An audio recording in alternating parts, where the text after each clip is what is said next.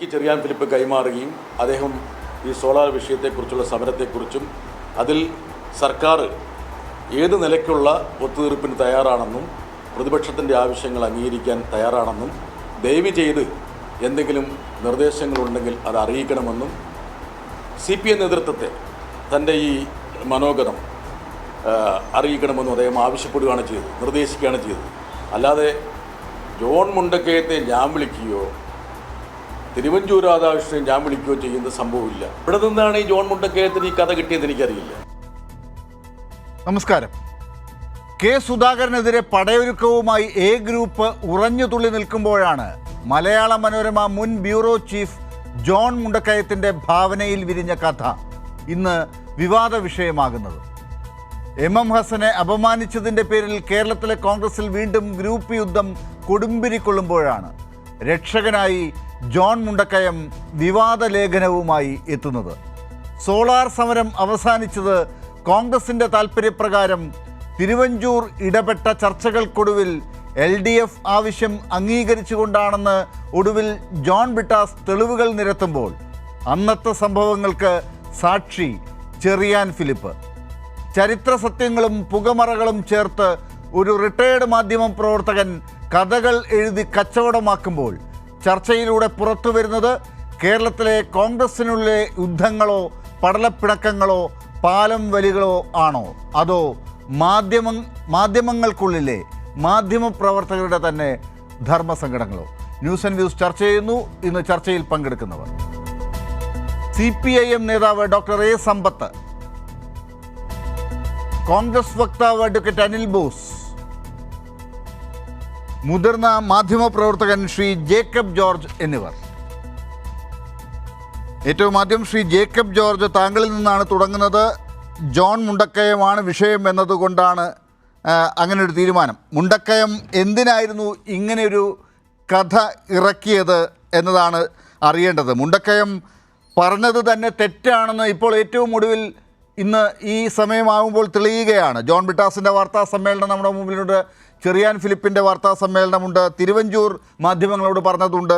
ഇതെല്ലാം ചേർത്ത് വായിക്കുമ്പോൾ ജോൺ മുണ്ടക്കയം ആണിപ്പോൾ പുകയിൽ നിൽക്കുന്നത്. അപ്പോൾ എന്താണ് സംഭവിച്ചിരിക്കുന്നത്? ഇത് ആരുടെയെങ്കിലും രാഷ്ട്രീയമായി തന്നെ കാണണോ? ഇതിനകത്ത് വലിയ രാഷ്ട്രീയമുണ്ടെന്ന് ഞാൻ ഇപ്പോൾ കരുതുന്നില്ല. കാരണം ജോൺ മുണ്ടക്കയത്തിൻ്റെ ഒരു പ്രത്യേകത, അദ്ദേഹത്തിൻ്റെ അടുത്ത സുഹൃത്താണ്. അടുത്തതെന്ന് പറഞ്ഞാൽ അദ്ദേഹം ഞാൻ മാതൃഭൂമിയിലും അദ്ദേഹം മനോരമയിലും കയറിയത് ഏറെക്കുറെ ഒരേ സമയത്താണ്.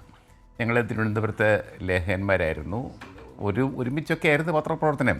ഞാൻ എൻ്റെ വക സ്റ്റോറികളും അദ്ദേഹത്തിൻ്റെ വക സ്റ്റോറികളും ഒക്കെ ചെയ്യുമ്പോഴും ഞങ്ങൾ തമ്മിൽ ഒരു പ്രൊഫഷണൽ ശത്രുതയും ഒക്കെ ഉണ്ട്. എങ്കിൽ പോലും വ്യക്തിപരമായിട്ട് ഞങ്ങൾ തമ്മിൽ വലിയ സുഹൃത്തുക്കളാണ്, അന്നും ഇന്നും, യാതൊരു സംശയവുമില്ല. അദ്ദേഹം സത്യസന്ധനായ ഒരു വ്യക്തിയാണ്, മാധ്യമപ്രവർത്തകനാണ് എന്ന് പറയാനും എനിക്ക് മടിയില്ല. എനിക്ക് അഭിമാനമുണ്ട്, കാരണം എൻ്റെ ഒരു സുഹൃത്ത് എന്ന നിലയ്ക്ക്.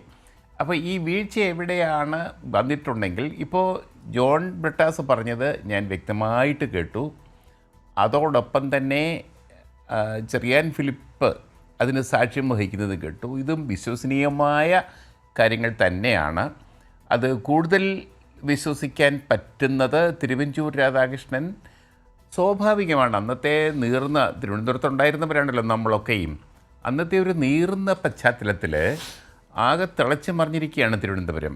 DYFIയുടെ 19,000-ഓളം അതിലേറെ അധികം പ്രവർത്തകർ ഇവിടെ എത്തി ഒരു രാപ്പകൽ സമരം നടത്തുകയാണ്. അത് ഏത് ആഭ്യന്തരമന്ത്രിക്കും അത് എങ്ങനെയെങ്കിലും ഒന്ന് തീർക്കണം. കാരണം രാത്രിക്കിടന്ന് ഉറങ്ങണ്ടേ, ഒരു ബോംബ് പോലെയാണ് തിരുവനന്തപുരത്ത് അന്നത്തെ കാലഘട്ടത്തിൽ. അന്നത്തെ കാലം ഏത് സമരത്തിനും അതിൻ്റേതായ പ്രശ്നമുണ്ട്. ഒരു ഭരണാധികാരി ആഗ്രഹിക്കുക രാജ്യത്ത് നാട്ടിൽ സമാധാനം ഉണ്ടാവണം എന്ന് തന്നെയാണ്, സമാധാനത്തോടുകൂടി ഇരിക്കണം തന്നെയാണ്. അത് അദ്ദേഹം ആശിച്ചിട്ടുണ്ടാവുള്ളൂ. എനിക്ക് തിരുവഞ്ചൂരിനെ വിളിക്കാൻ പറ്റിയില്ല. ജോൺ മുണ്ടക്കയം സ്ഥലത്തില്ല, അദ്ദേഹം സിംഗപ്പൂരിലാണ് എന്നാണ് ഞാനിപ്പോൾ മനസ്സിലാക്കിയത്. അതുകൊണ്ട് അദ്ദേഹത്തെയും വിളിക്കാൻ പറ്റിയിട്ടില്ല. എന്തൊക്കെയാണെങ്കിലും ഇത് ജോൺ മുണ്ടക്കയം എഴുതിയ കാര്യങ്ങൾ ബ്രിട്ടാസിന് തീർച്ചയായിട്ടും അത് അദ്ദേഹത്തെ ബാധിച്ചിട്ടുണ്ടാവാം. അദ്ദേഹം അതല്ല ഉദ്ദേശിച്ചത്, അദ്ദേഹത്തിന് സംഭവിച്ചതല്ല എന്നുള്ള കാര്യം നേർവഴിക്ക് പറഞ്ഞു. അതിൽ കൂടുതൽ ഇതായിട്ടൊരു വിവാദം ഇല്ല എന്നാണ് എൻ്റെ അഭിപ്രായം. ശ്രീ ജേക്കബ് ജോർജ്, താങ്കൾക്ക് നല്ലവണ്ണം അറിയാവുന്നൊരു കാര്യമാണ് താങ്കൾ മാതൃഭൂമിയിലും ജോൺ മുണ്ടക്കയം മനോരമയിലും ആയിരുന്നപ്പോൾ ഈ രണ്ട് മാധ്യമങ്ങളും എങ്ങനെയാണ് അതാത് കാലഘട്ടങ്ങളിലെ രാഷ്ട്രീയത്തെ കൈകാര്യം ചെയ്തിരുന്നത് എന്നത് ഞാൻ പ്രത്യേകിച്ച് പറയേണ്ടതില്ല. മലയാള മനോരമയെക്കുറിച്ചാണ് ഞാൻ പ്രത്യേകിച്ച് പറഞ്ഞു വരുന്നത്. അന്ന് ജോൺ മുണ്ടക്കയം തിരുവനന്തപുരം ബ്യൂറോയുടെ ചീഫായി കാര്യങ്ങളെ മുന്നോട്ട് കണ്ട് പോയിക്കൊണ്ടിരിക്കുമ്പോൾ ഇത്തരത്തിലൊരു വാർത്ത, അതായത് ഇടതുപക്ഷത്തെ ദുർബലപ്പെടുത്താൻ, അവരുടെ സമരത്തെ പൊളിക്കാൻ പറ്റുന്ന ഒരു തരത്തിലുള്ള വാർത്തയായിട്ടാണല്ലോ ഇപ്പോൾ ജോൺ മുണ്ടക്കയത്തിൻ്റെ അവതരണത്തിൽ നിന്ന് നമ്മളത് എടുക്കുകയാണെങ്കിൽ, സത്യസന്ധമായിട്ട് കാണുകയാണെങ്കിൽ മനസ്സിലാക്കേണ്ടത്. അങ്ങനെ ഒരു വാർത്ത കിട്ടിയാൽ അത് മുണ്ടക്കയത്തെ പോലെ ഒരാൾ മനോരമയിലൂടെ തന്നെ അത് പ്രസിദ്ധീകരിക്കില്ലേ എന്നാണ് എല്ലാവരും ചോദിക്കുന്നത്. സ്വാഭാവികമാണ്. അന്ന് ജോൺ മുണ്ടക്കയത്തിന് ആ സ്റ്റോറി അത് കിട്ടിയിരുന്നെങ്കിൽ, ഇതാണെങ്കിൽ വെള്ളിത്തളികയിൽ വെച്ച് അദ്ദേഹത്തിന് കിട്ടിയതുപോലെയാണ്. അങ്ങനെയാണെങ്കിൽ തീർച്ചയായിട്ടും അദ്ദേഹം അത് ഉപയോഗിക്കുമായിരുന്നു. മനോരമ പത്രത്തിൻ്റെ 1-ാം പേജിൽ തന്നെ വരുമായിരുന്നു, സംശയമൊന്നുമില്ല. അത് പക്ഷേ അത് എന്തുകൊണ്ട് കൊടുത്തില്ല എന്നുള്ളത് ഇന്ന് ബ്രിട്ടാസ് അത് വളരെ ശക്തമായിട്ട് ആ ചോദ്യം ചോദിച്ചു. ഇപ്പോഴും ആ ചോദ്യം പ്രസക്തമാണ്. മനോരമയെ സംബന്ധിച്ചിടത്തോളം എന്തുകൊണ്ട് ജോൺ മുണ്ടക്കയം വന്നത് റിപ്പോർട്ട് ചെയ്തില്ല എന്നുള്ളൊരു വിഷയം. ശരിക്കും ഒരു കാര്യം ചെയ്യാം, ജോൺ മുണ്ടക്കയം സിംഗപ്പൂരിൽ നിന്ന് വരട്ടെ, ഞാൻ വിളിക്കാൻ നോക്കിയിട്ട് കിട്ടിയില്ല, നമുക്ക് കൂടുതൽ സംസാരിക്കാം. യെസ്, അങ്ങേക്ക് അതിനുള്ള സ്വാതന്ത്ര്യമുണ്ട്, നിങ്ങൾ സുഹൃത്തുക്കളുമാണ്. പക്ഷേ അദ്ദേഹമൊക്കെ എന്നെപ്പോലെ ഒരാൾക്കൊക്കെ ഒരു ഗുരുസ്ഥാനത്താണ്. 25 കൊല്ലം മുമ്പാണ് അദ്ദേഹത്തെയൊക്കെ ഞാൻ ആദ്യം പരിചയപ്പെടുന്നത്. പിന്നീട് അദ്ദേഹത്തെ കഴിഞ്ഞ 2 മാസം മുമ്പ് ഒരു ട്രെയിൻ യാത്രയിൽ കണ്ടപ്പോൾ അദ്ദേഹം ഇറങ്ങാൻ പോകുന്ന പുസ്തകത്തെക്കുറിച്ച് സൂചിപ്പിച്ചിരുന്നു. ആ സമയത്ത് മാധ്യമങ്ങളിൽ കാണാം എന്ന് അദ്ദേഹം പറഞ്ഞിരുന്നു. അത് കൂട്ടിച്ചേർത്ത് വായിക്കുകയാണെങ്കിൽ അദ്ദേഹം അത് കാണാൻ നേരത്തെ തയ്യാറെടുത്ത് മുന്നോട്ട് പോയിരുന്നോ? അങ്ങനെ ഒരു മാധ്യമ ചർച്ച അദ്ദേഹം ആഗ്രഹിച്ചിരുന്നോ? അതിൻ്റെ ഒരു പബ്ലിസിറ്റി ഇതിൻ്റെ ഭാഗമാണോ എന്നുകൂടി വായിച്ചെടുക്കാമോ? അല്ല, പുസ്തകം എഴുതുമ്പോൾ അത് ബ്രിട്ടാസ് സൂചിപ്പിച്ചതുപോലെ ഞാനും ഇപ്പം മാധ്യമ പ്രവർത്തനമല്ല, വല്ലപ്പോഴും ചാനലുകാരൊക്കെ വിളിക്കുമ്പോൾ വന്നിരുന്ന വർത്തമാനം പറയത്തേ ഉള്ളൂ. ഞാനും എഴുത്തിലാണ്, സംശയമില്ല, ഞാൻ എഴുതുന്നുണ്ട്. ഇപ്പോഴും ഞാൻ മാതൃഭൂമി ഓൺലൈനിലൊരു ലേഖനം എഴുതിയിട്ടിരിക്കുന്നതേ ഉള്ളൂ, അതിങ്ങനെ പ്രസിദ്ധീകരിച്ചുകൊണ്ടിരിക്കുകയാണ്. അപ്പോൾ സ്വാഭാവികമാണ്, അങ്ങനത്തെ ആൾക്കാരൊക്കെ എഴുതും. കാരണം വേറെ പണിയൊന്നുമില്ല. നമ്മൾ പണ്ട് ഇടപെട്ട ഒത്തിരിയും കാര്യങ്ങളുണ്ട്. ജോൺ മുണ്ടക്കയത്തിന് മുഖ്യമന്ത്രി മലയാള മനോരമയുടെ തിരുവനന്തപുരത്തെ ബ്യൂറോ ചീഫ് എന്ന് പറഞ്ഞാൽ ഒരു വലിയ സ്ഥാനം തന്നെയാണ്, സംശയമൊന്നുമില്ല. അത് ജോൺ മുണ്ടക്കയം വളരെ ആസ്വദിച്ചാണ് ചെയ്തത്. ഒരു തരത്തിലും അത് അദ്ദേഹം ദുരുപയോഗം ചെയ്തിട്ടില്ല. സ്ഥാനമാനങ്ങളോ അദ്ദേഹത്തിൻ്റെ ബന്ധങ്ങളോ ഒന്നും അദ്ദേഹം സ്വന്തം കാര്യത്തിന് വേണ്ടി ഉപയോഗിച്ചിട്ടില്ല. അങ്ങനെ വളരെ സ്ട്രെയിറ്റ് ഫോർവേഡായിട്ടുള്ള ഒരു പത്രപ്രവർത്തകൻ തന്നെയാണ് അദ്ദേഹം. ഈ സംഭവം എങ്ങനെയാണ് സംഭവിച്ചത്? പക്ഷേ ഇത്തരത്തിലൊരു വാർത്ത വന്നിട്ട് അദ്ദേഹം അത് കൊടുത്തില്ലെങ്കിൽ അത് അങ്ങനെ തന്നെയാണോ അദ്ദേഹം കൈകാര്യം ചെയ്തത് എന്ന കാര്യത്തിൽ അദ്ദേഹത്തിൻ്റെ പേരിനെ ബാധിക്കുന്നതല്ലേ? അല്ലേ, അത് ബാധിക്കുന്നതാണ്. അത് തീർച്ചയായിട്ടും അദ്ദേഹം അത് കൊടുക്കുമായിരുന്നു എന്ന് തന്നെയാണ് എൻ്റെ ഇപ്പോഴത്തെ അഭിപ്രായം. അപ്പോൾ അതിൽ നിന്ന് അനുമാനിക്കാൻ പറ്റുന്നത് ഇങ്ങനൊരു വാർത്ത നമുക്കിപ്പോൾ ഇന്നത്തെ വാർത്താ സമ്മേളനങ്ങളെല്ലാം ജോൺ ബ്രിട്ടാസും ചെറിയാൻ ഫിലിപ്പും ഒക്കെ പറഞ്ഞതിൽ നിന്ന്, തിരുവഞ്ചൂർ ഉൾപ്പെടെ മാധ്യമങ്ങളോട് പറഞ്ഞതിൽ നിന്ന് നമുക്ക് മനസ്സിലാക്കാൻ പറ്റുന്നത് ജോൺ മുണ്ടക്കയം പറഞ്ഞത് ശരിയല്ല എന്ന് തന്നെയല്ലേ നമുക്ക് ഇപ്പോൾ അനുമാനിക്കാൻ? അല്ല, ഇപ്പോഴത്തെ സാഹചര്യത്തിൽ അങ്ങനെയാണ് വെളിവാകുന്നത്. ജോൺ മുണ്ടക്കയം അദ്ദേഹത്തിൻ്റെ വിശദീകരണവുമായി രംഗത്ത് വന്നെങ്കിൽ മാത്രമേ അദ്ദേഹം പറഞ്ഞത് ശരിയാണ് എന്ന് സ്ഥിരീകരിക്കാൻ കഴിയൂ എന്നുള്ളതാണ് ഇന്നത്തെ സ്ഥിതി. ആ കാര്യത്തിൽ യാതൊരു സംശയവുമില്ല. ലാൽ, ശരി, ഞാൻ തിരിച്ചു വരാം. ഡോക്ടർ എ സമ്പത്ത്, അങ്ങനെയാണെങ്കിൽ എന്തുകൊണ്ടാണ് ഇത്തരത്തിലൊരു വാർത്ത ഈ സന്ദർഭത്തിൽ വരുന്നത് എന്ന് വേണം വായിക്കാൻ. ഒരുപക്ഷെ CPM-ൻ്റെയൊക്കെ ആചാര്യൻ ആയിട്ടുള്ള നിങ്ങളുടെയൊക്കെ നേതാക്കളൊക്കെ മുൻപ് പറഞ്ഞിട്ടുള്ളത് മനോരമയിൽ നിന്ന് എന്തെങ്കിലുമൊക്കെ കാര്യങ്ങൾ വരുന്നുണ്ടെങ്കിൽ അത് പ്രത്യേകം ശ്രദ്ധിച്ച് തന്നെ കൈകാര്യം ചെയ്യണമെന്നാണല്ലോ. അപ്പോൾ ആ നിലയ്ക്ക് മനോരമയുടെ മുൻ ബ്യൂറോ ചീഫിൻ്റെ ഇപ്പോഴത്തെ ഈ നടപടിയെ എങ്ങനെയാണ് നിങ്ങൾ വായിച്ചെടുക്കുന്നത്? സഖാവ് EMS ആണ് ഒരിക്കൽ പറഞ്ഞത്, ഈ മലയാള മനോരമ ഞങ്ങളെക്കുറിച്ച് എന്തെങ്കിലും നല്ലത് പറയുന്നുവെങ്കിൽ ഞങ്ങൾ ഒന്നുകൂടി പരിശോധിക്കേണ്ടതുണ്ട്, എന്തോ പിശക് ഞങ്ങൾക്ക് സംഭവിച്ചിട്ടുണ്ടോ എന്ന്. അതായിരുന്നു സഖാവ് EMSൻ്റെ ആ പ്രസിദ്ധമായൊരു വാചകം. ഈ സോളാർ സമരവുമായി ബന്ധപ്പെട്ടുള്ള വിഷയമെന്നതിൻ്റെ തുടക്കം ഒരു കോൺഗ്രസ് നേതാവ് തന്നെ ഇത് സംബന്ധിച്ച് നൽകിയ പരാതിയിൽ നിന്നാണ്. ഞാനതിൻ്റെ നാൾ വഴികളിലേക്കൊന്നും പോകുന്നില്ല. ഇപ്പോൾ നമ്മുടെ പ്രിയപ്പെട്ട ചങ്ങാതി അനിൽ ബോസ് അടക്കം പങ്കെടുക്കുന്നുണ്ട്. ഞാൻ രാഷ്ട്രീയമായ മറ്റേതെങ്കിലും തർക്കത്തിലേക്കും വിവാദത്തിനുമല്ല ഞാൻ ഈ വേള ഉപയോഗിക്കുന്നതും തന്നെ. അതൊക്കെ തന്നെ നമ്മളിപ്പോൾ എന്തായാലും തെരഞ്ഞെടുപ്പിൻ്റേതായിട്ടുള്ള വലിയ ബഹളങ്ങൾ കഴിഞ്ഞുവല്ലോ. ഇവിടെ ഈ 2015 ആണ്ട് കേരളം സമീപകാലത്ത് കണ്ടിട്ടുള്ളതിൽ വെച്ചുള്ള ഏറ്റവും വലിയ ജനമുന്നേറ്റമായിരുന്നു ആ സമയത്തുണ്ടായത്. അതായത് ഭക്ഷ്യവസ്തുക്കളടക്കം കരുതിക്കൊണ്ട് അത്തരത്തിൽ ഒരു പക്ഷേ പാചകം ചെയ്യേണ്ടി വന്നാൽ അങ്ങനെ തന്നെ നമ്മൾ ഈ വളരെ പിന്നീട് ഈ മോദി സർക്കാർ വന്നതിന് ശേഷം കർഷക പ്രക്ഷോഭങ്ങളുമായി ബന്ധപ്പെട്ട് ദിവസങ്ങളോളം ആഴ്ചകളോളം നമ്മളങ്ങനെ പഞ്ചാബ്, ഹരിയാന, ഡൽഹി അതിർത്തികളിൽ കണ്ടതിൻ്റെ ഒരു ആദിമ രൂപം എന്ന് വേണമെങ്കിൽ ഇതിനെ സംബന്ധിച്ച് പറയാം. അപ്പോൾ ഞാനൊരു തിരുവനന്തപുരം നിവാസിയാണ്. ഞാനന്ന് പാർലമെൻറ്റ് അംഗമായിരിക്കുന്ന ആളാണ്. നല്ല ഓർമ്മയുണ്ട്. ഈ അങ്ങനെ വളണ്ടിയർമാരായി പുരുഷന്മാരും സ്ത്രീകളും അടക്കമുള്ളവർ ഈ സംസ്ഥാനത്തിൻ്റെ പല ഭാഗത്തു നിന്നും തലസ്ഥാനത്തേക്ക് ഒഴുകിയെത്തുകയാണ്. അന്ന് കേരളത്തിലെ ഗവൺമെൻറ് എടുത്ത നിലപാട് ഈ പ്രക്ഷോഭകാരികൾക്ക് ഒരു കാരണവശാലും അവർക്ക് മുറികൾ വാടകയ്ക്ക് കൊടുക്കരുത്, അവർക്ക് ഓഡിറ്റോറിയങ്ങൾ അത്തരത്തിൽ അവർക്ക് അനുവദിക്കരുത്, അവർക്ക് പ്രാഥമിക സൗകര്യങ്ങൾക്ക് ടോയ്ലറ്റുകളും ബാത്റൂമുകളും തുറന്നു കൊടുക്കരുത്. ചിലയിടങ്ങളിലൊക്കെയാണ് എങ്കിൽ പോലീസുകാർ ഭക്ഷണശാലകൾ തന്നെ തലേന്ന് വന്ന് അടപ്പിക്കുന്നതായ സ്ഥിതിയുണ്ടായി.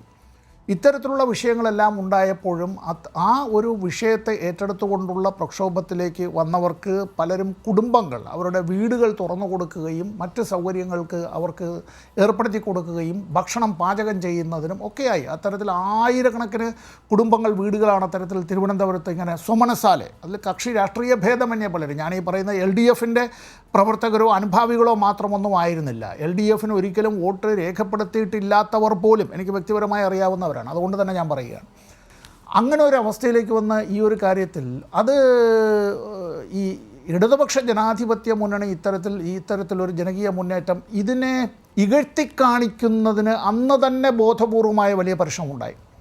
ഞാനിപ്പോൾ ഇത് ശ്രീ ജോൺ മുണ്ടക്കയത്തിൻ്റെ ഈ ഒരു എഴുത്തിന് ആധാരം എന്നുള്ളതിനെ സംബന്ധിച്ച് എനിക്കറിയില്ല. ഞാനും അദ്ദേഹവുമായി ഇപ്പോൾ ഇവിടെ ശ്രീ ജേക്കബ് ജോർജ് ശ്രീ ജോൺ മുണ്ടക്കയുമായിട്ടുള്ള അത്ര അടുത്ത ബന്ധമല്ലെങ്കിലും ഞാനും അദ്ദേഹവുമായി നല്ല സൗഹൃദമാണ് ഉണ്ടായിരുന്നതും അങ്ങനെ തന്നെ ഞാൻ പാലിക്കാൻ ആഗ്രഹിക്കുകയുമാണ്. അദ്ദേഹത്തിൻ്റെ മാധ്യമപ്രവർത്തന രംഗത്തുള്ള അദ്ദേഹത്തിൻ്റെ വ്യക്തിത്വത്തെല്ലാം ഞാൻ ബഹുമാനിക്കുകയാണ്. പക്ഷേ ഇവിടെ ഒരു കാര്യം, ആ പ്രക്ഷോഭം എന്നുള്ള ഏത് പ്രക്ഷോഭവും ഏത് സമരവും അതൊരു ഒത്തുതീർപ്പിലെത്തുക തന്നെ വേണമല്ലോ.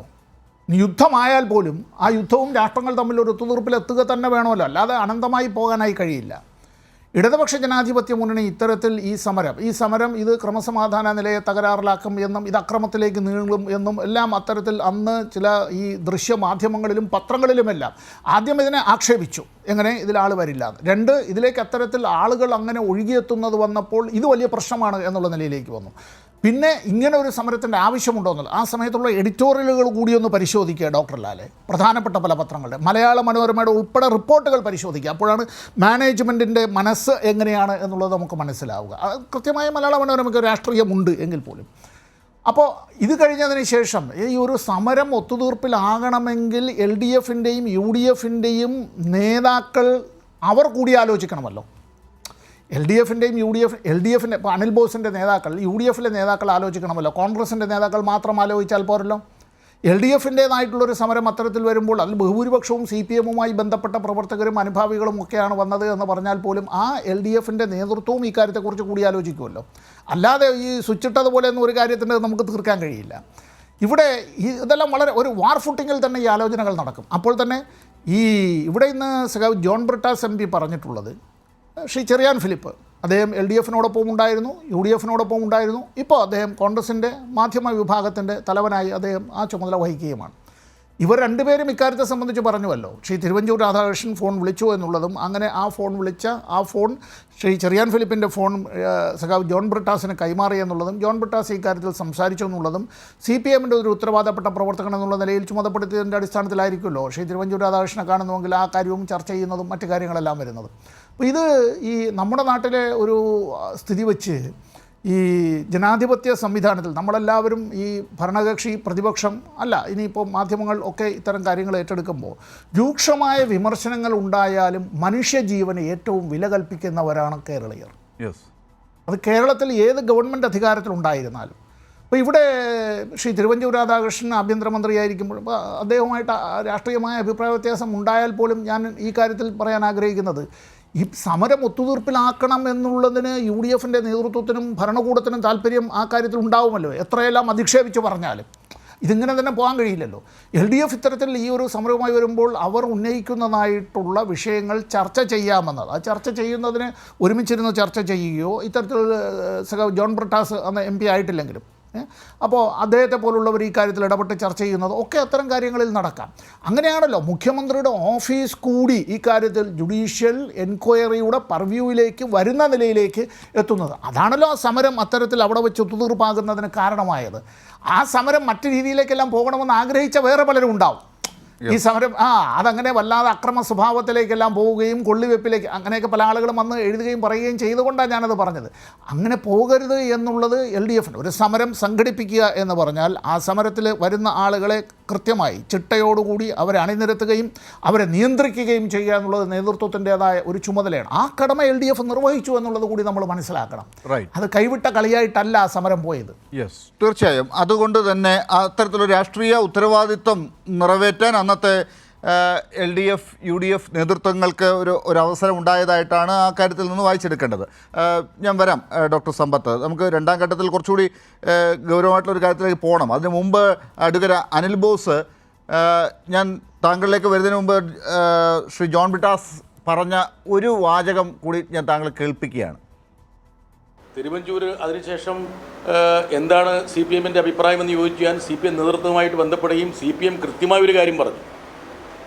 ജുഡീഷ്യൽ അന്വേഷണം പരസ്യമായി പ്രഖ്യാപിക്കുക മാത്രമല്ല, ജുഡീഷ്യൽ അന്വേഷണത്തിൻ്റെ പരിഗണനാ വിഷയങ്ങളിൽ മുഖ്യമന്ത്രിയുടെ ഓഫീസിനെ ഉൾപ്പെടുത്തണം എന്നുള്ളത് CPMൻ്റെ നിലപാടായിരുന്നു.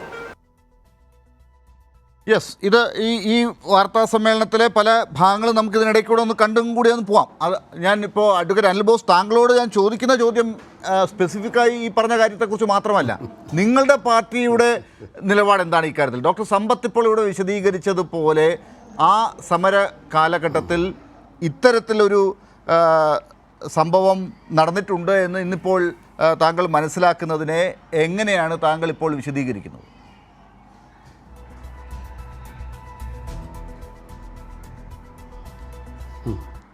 ഈ കാര്യങ്ങളൊക്കെ വളരെ ഇഷ്ടപ്പെട്ടു. ഒന്നാമത്തെ കാര്യം, ജോൺ മുണ്ടക്കയത്തിൻ്റെ എഴുത്ത് അവിടെ നിൽക്കട്ടെ. അതിനെ സംബന്ധിച്ച് അദ്ദേഹം ഇല്ലാത്തൊരു ചർച്ചയിൽ അഭിപ്രായം പറയുന്നത് നമുക്ക് ഒരു സാധുതയുള്ള കാര്യമായി ഞാൻ കരുതുന്നില്ല. കാരണം അദ്ദേഹം കൂടി ഈ ചർച്ചയിൽ ഉണ്ടായിരുന്നെങ്കിൽ തീർച്ചയായിട്ടും അതുമായി ബന്ധപ്പെട്ട നമുക്ക് പല ചോദ്യങ്ങളും ചോദിക്കാനും ക്ലാരിഫിക്കേഷനും ഒക്കെ ഉള്ള സാഹചര്യം ഉണ്ടായിരുന്നു. അല്ല, അദ്ദേഹത്തിൻ്റെ ലേഖനമാണ് ഒഴിവാക്കിയതുപോലെ സംബന്ധിച്ചാണ് എല്ലാവരും അഭിപ്രായം പറഞ്ഞിരിക്കുന്നത്. പക്ഷേ ഇവിടുത്തെ ഞാൻ ആയിക്കോട്ടെ, പറഞ്ഞോട്ടെ, ഈ ചർച്ചയിൽ പറഞ്ഞത് കേട്ടിട്ടാണല്ലോ ഞാൻ ഈ ചർച്ചയിൽ അതിന് മറുപടി പറയാനിരിക്കുന്നത്, എൻ്റെ ഭാഗം ചോദിക്കാനും പറയാനും ഇരിക്കുന്നത്. ഈ ചർച്ചയിൽ സമ്പത്ത് പറഞ്ഞത് എന്താണ് എന്ന് ഞാൻ കേട്ടു, ജനവും കേട്ടു, ജേക്കബ് ജോർജ് പറഞ്ഞ എന്താണെന്ന് കേട്ടു. അതിൻ്റെ ചുവട് പിടിച്ചാണ് ഞാൻ ഈ ചർച്ചയിൽ സംസാരിക്കാൻ ഉദ്ദേശിക്കുന്നത് എന്നാണ് പറഞ്ഞതിനർത്ഥം. തുടക്കത്തിലെ താങ്കൾ ഉപദ്രവിക്കരുത്, മൂഡ് മാറ്റരുത്, അതാദ്യം തന്നെ പറയുക. ഇവിടെ സമ്പത്ത് പറഞ്ഞ ഒരു കാര്യം, 50,000-ലധികം ആളുകൾ തിരുവനന്തപുരം സിറ്റിയിലേക്ക് വളരെ ആവേശത്തോടുകൂടി സമരം ചെയ്യുന്നതിന് വേണ്ടി വന്നു. സ്വാഭാവികമാണ്. CPM പോലെ ഇടതുപക്ഷ മുന്നണി പോലെയുള്ള അതിശക്തമായ ഒരു സംഘടനാ അടിത്തറയുള്ള ഒരു പാർട്ടി ഒരു ഗവൺമെൻറ്റിനെ മുൾമുനയിൽ നിർത്തുന്ന ഒരു സമരം സംഘടിപ്പിക്കുമ്പോൾ അവിടെ ആളുകളെ കൊണ്ടുവരാൻ കഴിയുന്ന പാർട്ടിയാണ് ഇടതുപക്ഷം. ആ കാര്യത്തിൽ എനിക്ക് തർക്കമില്ല. പക്ഷേ അവിടുത്തെ LDFകാരുടെ വീടോ അല്ലെങ്കിൽ അവിടുത്തെ മറ്റായ മുഴുവൻ വീടുകളോ തുറന്നു കൊടുത്താലും അവിടെ CPM പോലെ ഒരു സംഘടനാ സംവിധാനത്തിൽ, ഇടതുപക്ഷ മുന്നണി പോലൊരു സംഘടനാ സംവിധാനത്തിൽ വരുന്ന ആളുകളുടെ പ്രാഥമിക കാര്യങ്ങൾ അവിടെ നിർവഹിക്കാൻ കഴിയില്ല.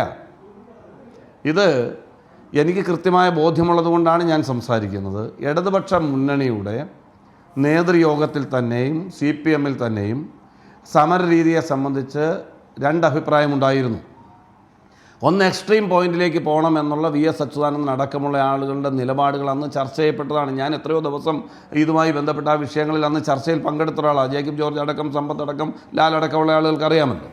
അപ്പോൾ അതിനെക്കുറിച്ച് കൃത്യമായ ബോധ്യമുണ്ട്. മാത്രമല്ല, ഇതിൻ്റെ അകത്ത് നിങ്ങൾ ഇപ്പോൾ കേൾപ്പിച്ച ഒരു ജോൺ ബ്രിട്ടാസിൻ്റെ സ്റ്റേറ്റ്മെൻറ്റ്, അദ്ദേഹത്തിൻ്റെ പ്രസ് മീറ്റിൽ അദ്ദേഹം പറഞ്ഞ കാര്യം, അതിനൊന്നും എനിക്ക് തർക്കമില്ല. അദ്ദേഹം പറഞ്ഞ ആ ഭാഗത്തോട് ഞാൻ വിയോജിക്കുന്നില്ല. പക്ഷേ അതല്ലല്ലോ, അതിന് മുമ്പ് പല കാര്യങ്ങളും ഉണ്ട്. നിങ്ങൾ പറയുമ്പോൾ എല്ലാം പറയണ്ടേ? ഈ ഇടതുപക്ഷ മുന്നണി ആരെയാണ് ഇതുമായി ബന്ധപ്പെട്ട് ഗവൺമെൻറ്റിൻ്റെ മുൻപാകെ ഒരു ഡിമാൻഡ് നോട്ട് സബ്മിറ്റ് ചെയ്യാൻ ചുമതലപ്പെടുത്തിയത് ആരെയാണ്? സമ്പത്തിനെയോ ജേക്കബ് ജോർജിനെയോ ജോൺ ബ്രിട്ടാസിനെയോ അല്ലല്ലോ. LDF കൂടി തീരുമാനിച്ച് ചുമതലപ്പെടുത്തിയത് അന്നത്തെ LDFൻ്റെ നേതാവായിട്ടുള്ള ശ്രീ NK പ്രേമചന്ദ്രനെയാണ്. ആ കാര്യത്തിൽ ലാലിന് തർക്കമുണ്ടോ? സമ്പത്തിന് തർക്കമുണ്ടോ? അപ്പോൾ NK പ്രേമചന്ദ്രൻ കൊടുത്ത ഡിമാൻഡ് നോട്ട്, ആ ഡിമാൻഡ് നോട്ടിലെ ഒന്നാമത്തെ ആവശ്യം എന്ന് പറയുന്നത് മുഖ്യമന്ത്രി രാജിവെക്കും വരെ സമരം, രാജിയല്ലാതെ ഒരു കോംപ്രമൈസ് ഇല്ല എന്നുള്ളതാണ് ഇടതുപക്ഷ മുന്നണിയുടെ ഒന്നാമത്തെ നിലപാട്. അന്നത്തെ വിഷയത്തിൽ ഉമ്മൻചാണ്ടി രാജിവെച്ചേ പറ്റൂ, മുഖ്യമന്ത്രി രാജിവെച്ചേ പറ്റൂ, അല്ലാതെ വിട്ടുവീഴ്ചയില്ല. അതുകൊണ്ട് പല ഘട്ടങ്ങളിലായി നടന്ന സമരങ്ങളുടെ തുടർച്ചയിൽ അത് ആളിക്കത്തിക്കുന്നതിൻ്റെ ഭാഗമായി അണികൾക്ക് ആവേശം പകർന്നുകൊണ്ട് തന്നെയാണ് ഇടതുപക്ഷ മുന്നണി തലസ്ഥാന നഗരിയിലേക്ക് വരുന്ന മുഴുവൻ സഖാക്കളും ഇടതുപക്ഷ മുന്നണിയുടെ പ്രവർത്തകരും വിചാരിച്ചിരുന്നത് ഞങ്ങൾ പോകും, സെക്രട്ടേറിയറ്റ് വളയും, മുൻപൊരു സമരത്തിലും കണ്ടിട്ടില്ലാത്ത രീതിയിൽ മന്ത്രിമാരെ കടത്തിവിടത്തില്ല, ഉദ്യോഗസ്ഥന്മാരെ കടത്തിവിടത്തില്ല, മുഖ്യമന്ത്രിയെ പോലും ആ മുഖ്യമന്ത്രിയുടെ ഒഫീഷ്യലായിട്ടുള്ള മുറിയിലേക്ക് കടത്തിവിടത്തില്ല എന്ന് പറയുന്ന വളരെ സാഹസികമായ ആവേശം കൊള്ളിക്കുന്ന നിലപാടാണ് ഇടതുപക്ഷ മുന്നണി എടുത്തത്. സെക്രട്ടേറിയറ്റ് വളയൽ സമരത്തിൽ ഞാൻ ഒരുപാട് പങ്കെടുത്തിട്ടുള്ള ആളാണ്. ഐക്യജനാധിപത്യ മുന്നണിയുടെയും കോൺഗ്രസിൻ്റെയും സെക്രട്ടേറിയറ്റ് വളയൽ സമരത്തിൽ പങ്കെടുത്തിട്ടുള്ള ആളാണ് ഞാൻ. പക്ഷേ അപ്പോഴൊക്കെ മുഖ്യമന്ത്രിക്കോ ഉദ്യോഗസ്ഥന്മാർക്കോ കടന്നു പോകാൻ ഒരു ഗേറ്റ് തുറന്നിട്ടുകൊണ്ട് തന്നെയാണ് സമരം നടന്നിട്ടുള്ള. ആ നിലയിലായിരുന്നില്ല ഈ സമരം. ആ സമരത്തെ നേരിടാൻ പോലീസിനെ അതുപോലെ തന്നെ കേന്ദ്രസേനയെ അടക്കം മുഖ്യമന്ത്രിക്ക് വിളിക്കേണ്ടി വന്നു അന്ന്. കാരണം ഒരു ഗവൺമെൻറ്റിൻ്റെ നിയന്ത്രണത്തിൽ നിൽക്കാത്ത തരത്തിൽ ഇടതുപക്ഷ മുന്നണിയുടെ പ്രവർത്തകർ തലസ്ഥാന നഗരിയിലേക്ക് വന്നു കൂടിയാൽ ഒരു ദിവസമൊക്കെ, രണ്ടാമത്തെ ദിവസമൊക്കെ, മൂന്നാമത്തെ ദിവസം എന്ന് പറയുന്നത് നിയന്ത്രണങ്ങൾക്കപ്പുറമാണ്. ആഭ്യന്തരമന്ത്രി തിരുവഞ്ചൂർ രാധാകൃഷ്ണൻ പോലും മറ്റു വഴികളുണ്ടോ ഈ സമരം അവസാനിപ്പിക്കാൻ എന്ന് അന്വേഷിച്ചത് എന്ന് വേണ്ടേ മനസ്സിലാക്കാൻ. അതാണല്ലോ ചെറിയാൻ ഫിലിപ്പിൻ്റെ ഫോണിലേക്കൊരു ഫോൺ വന്നത് തിരുവഞ്ചൂരിൻ്റെ. അല്ല, ഞാൻ പറഞ്ഞോളാം. താങ്കൾ ചോദിച്ചത് എനിക്ക് മനസ്സിലായി, ഞാനത് പറയാൻ തയ്യാറാണ്. നമ്മൾ രണ്ടുപേരും കൂടി കൂട്ടിയിടിക്കുന്ന രീതിയിൽ വർത്തമാനം പറയാൻ ഞാൻ ഉദ്ദേശിക്കുന്നില്ല. സ്ഥിരമായി കൈരളിയിൽ വന്നിരുന്ന് അങ്ങനെ വഴക്കുണ്ടാക്കുന്ന ഒരു ശരിയായ ശൈലിയല്ല എന്നാണ് എൻ്റെ അഭിപ്രായം. അപ്പം അല്ല, 9 മണി വരെ ആയിക്കോട്ടെ, എനിക്കിനി നിങ്ങൾ സമയം തരണ്ട, നിങ്ങളങ്ങ് സംസാരിച്ചോ ഏകപക്ഷീയമായിട്ട്. ഞാനിവിടെ ചുമ്മാ ഇരുന്നോളാം. അങ്ങനെ വിടാൻ പറ്റില്ലല്ലോ, എനിക്ക് താങ്കളിൽ നിന്ന് കുറേ കാര്യങ്ങൾ അറിയാൻ. ഞാൻ പറയുന്നതുകൊണ്ടാണ് നിലവിൽ NK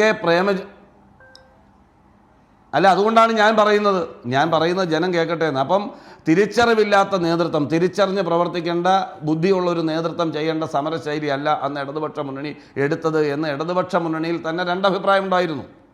സ്ട്രോങ് ആയി സമരം ചെയ്യണമെന്ന് പറയുമ്പോൾ അതിന് അവരുടെ പ്രാഥമിക കാര്യങ്ങൾ നിർവഹിക്കാനുള്ള സാഹചര്യങ്ങളെക്കുറിച്ച് ചിന്തിക്കണമായിരുന്നു നേതൃത്വം. ടെമ്പററി ആയിട്ടുള്ള എനിക്ക് തോന്നുന്നു താങ്കൾ ഇന്ന് ഈ വാർത്താ സമ്മേളനങ്ങൾ ചെറിയാൻ ഫിലിപ്പ് കൃത്യമായി ആ കാര്യങ്ങൾ വിശദീകരിച്ചിട്ടുണ്ട്. ഈ ഫോൺ വിളി ആദ്യം തിരുവഞ്ചൂരിൻ്റെ ഫോൺ ചെറിയാൻ ഫിലിപ്പിൻ്റെ ഫോണിലേക്ക് വരുന്നത് സമരം തുടങ്ങുന്നതിൻ്റെ തൊട്ട് തലേന്നാളാണ് എന്നാണ് ഞാൻ മനസ്സിലാക്കിയിട്ടുള്ളത്. ആ തലേന്നാൾ സമരം തുടങ്ങുന്നതിന് മുമ്പ് താങ്കൾ ഈ പറഞ്ഞ പ്രശ്നങ്ങളൊന്നും തിരുവനന്തപുരം നഗരത്തിലില്ല. ഇവിടെ വെള്ളം കിട്ടാത്ത പ്രശ്നമോ മറ്റ് അത്യാവശ്യ സൗകര്യങ്ങൾക്ക് വേണ്ടി ഇവിടെ ബുദ്ധിമുട്ടുന്ന സാഹചര്യമൊക്കെ പിന്നീട് ഉണ്ടാകുന്നതാണ്. അപ്പോൾ ആഭ്യന്തരമന്ത്രിക്ക് ഈ സമരത്തെ എന്തോ ഭയമുണ്ടായിരുന്നു. അങ്ങ് പറഞ്ഞതുപോലെ എല്ലാ ഗേറ്റും അടച്ചുപൂട്ടി മുൻപില്ലാത്ത വിധം ഒരു സമരം ഒരുങ്ങി വരുന്നത് ആ ഗവൺമെൻറ്റിന് ഭയപ്പാടുണ്ടാക്കുന്നതായിരുന്നു. അതിൻ്റെ തലപ്പത്തുണ്ടായിരുന്ന നേതാക്കളിൽ ചിലർക്ക്, തിരുവഞ്ചൂർ ഉൾപ്പെടെയുള്ളവർക്ക് അത് അവസാനിപ്പിക്കണം എന്നുണ്ടായിരുന്നിരിക്കണം. അതാണ് ചെറിയാൻ ഫിലിപ്പിനെ വിളിച്ച് ഇക്കാര്യത്തിലൊരു അന്വേഷണം നടത്തിയത്. അത് പിന്നീട് ജോൺ ബ്രിട്ടാസിലേക്ക് ആ ഫോൺ കോൾ എത്തുന്നത് പിന്നീടുണ്ടായ സംഭവ വികാസങ്ങളാണ്. നമ്മൾ ഈ ചർച്ചയിലേക്ക് എത്തുന്ന കാര്യങ്ങളിലേക്ക് വന്നത് ജോൺ മുണ്ടക്കയം പറഞ്ഞതുപോലെ അല്ല. ഇതാണ് ചർച്ച.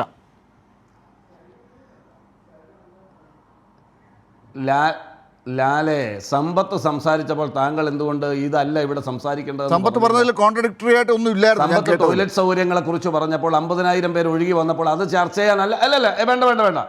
വേണ്ട. സമ്പത്ത് 50,000 പേരെക്കുറിച്ചും അവിടുത്തെ ടോയ്ലറ്റ് സൗകര്യങ്ങളെക്കുറിച്ചും അവിടെ ഞങ്ങളെടുത്ത സമരരീതിയെക്കുറിച്ചും പറഞ്ഞപ്പോൾ അത് ചർച്ച ചെയ്യാനല്ല ഈ ചർച്ച. ഇല്ല, ഞാൻ കേൾപ്പിച്ചു. 5 മിനിറ്റിൽ കൂടുതലായി താങ്കൾ അത് പറയുന്നുണ്ട്. ഞാനത് കേൾപ്പിച്ചു. അതിനുശേഷം താങ്കളോട് ഒരു ചോദ്യം ചോദിച്ചു.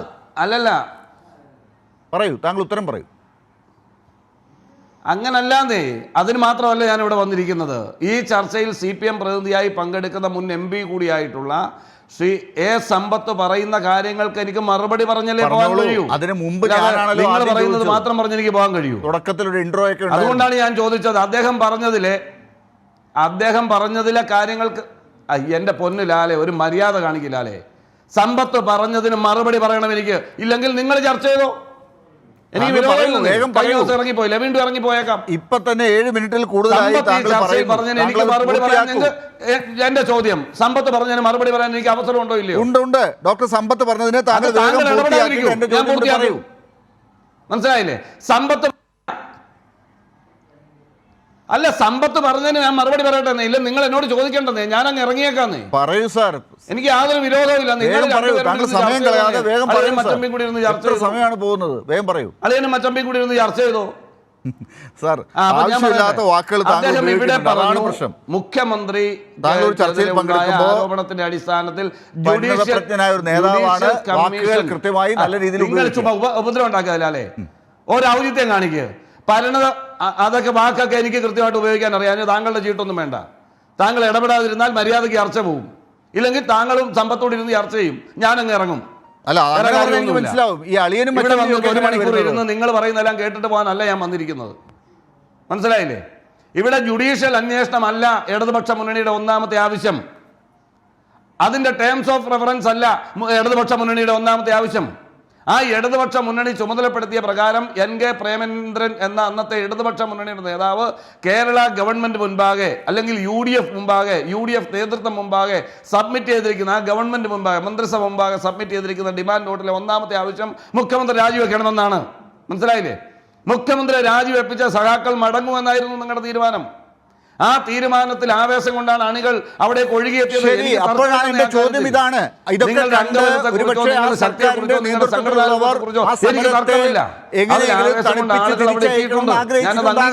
അതാണ് തിരുവഞ്ചൂർ അവർക്ക് താമസിക്കാൻ കഴിയുന്ന സൗകര്യമില്ലെന്നും അവരുടെ പ്രാഥമികമായിട്ടുള്ള കാര്യങ്ങൾ നിർവഹിക്കാൻ കഴിയാതെ വരുമ്പോൾ തിരുവനന്തപുരം നഗരത്തിൽ ഉണ്ടാകാൻ പോകുന്ന വലിയ ദുരന്തത്തെക്കുറിച്ച് തിരിച്ചറിയാൻ ചിന്താശക്തിയില്ലാത്ത നിങ്ങളുടെ നേതാക്കൾക്ക് കഴിഞ്ഞില്ല. കഴിയുന്ന ആളുകൾ അതിലുണ്ടായിരുന്നു. ശരി, അവർ അഭിപ്രായങ്ങൾ ചൂണ്ടിക്കാണിച്ചു. അന്ന് നിങ്ങൾ അത് കേൾക്കാൻ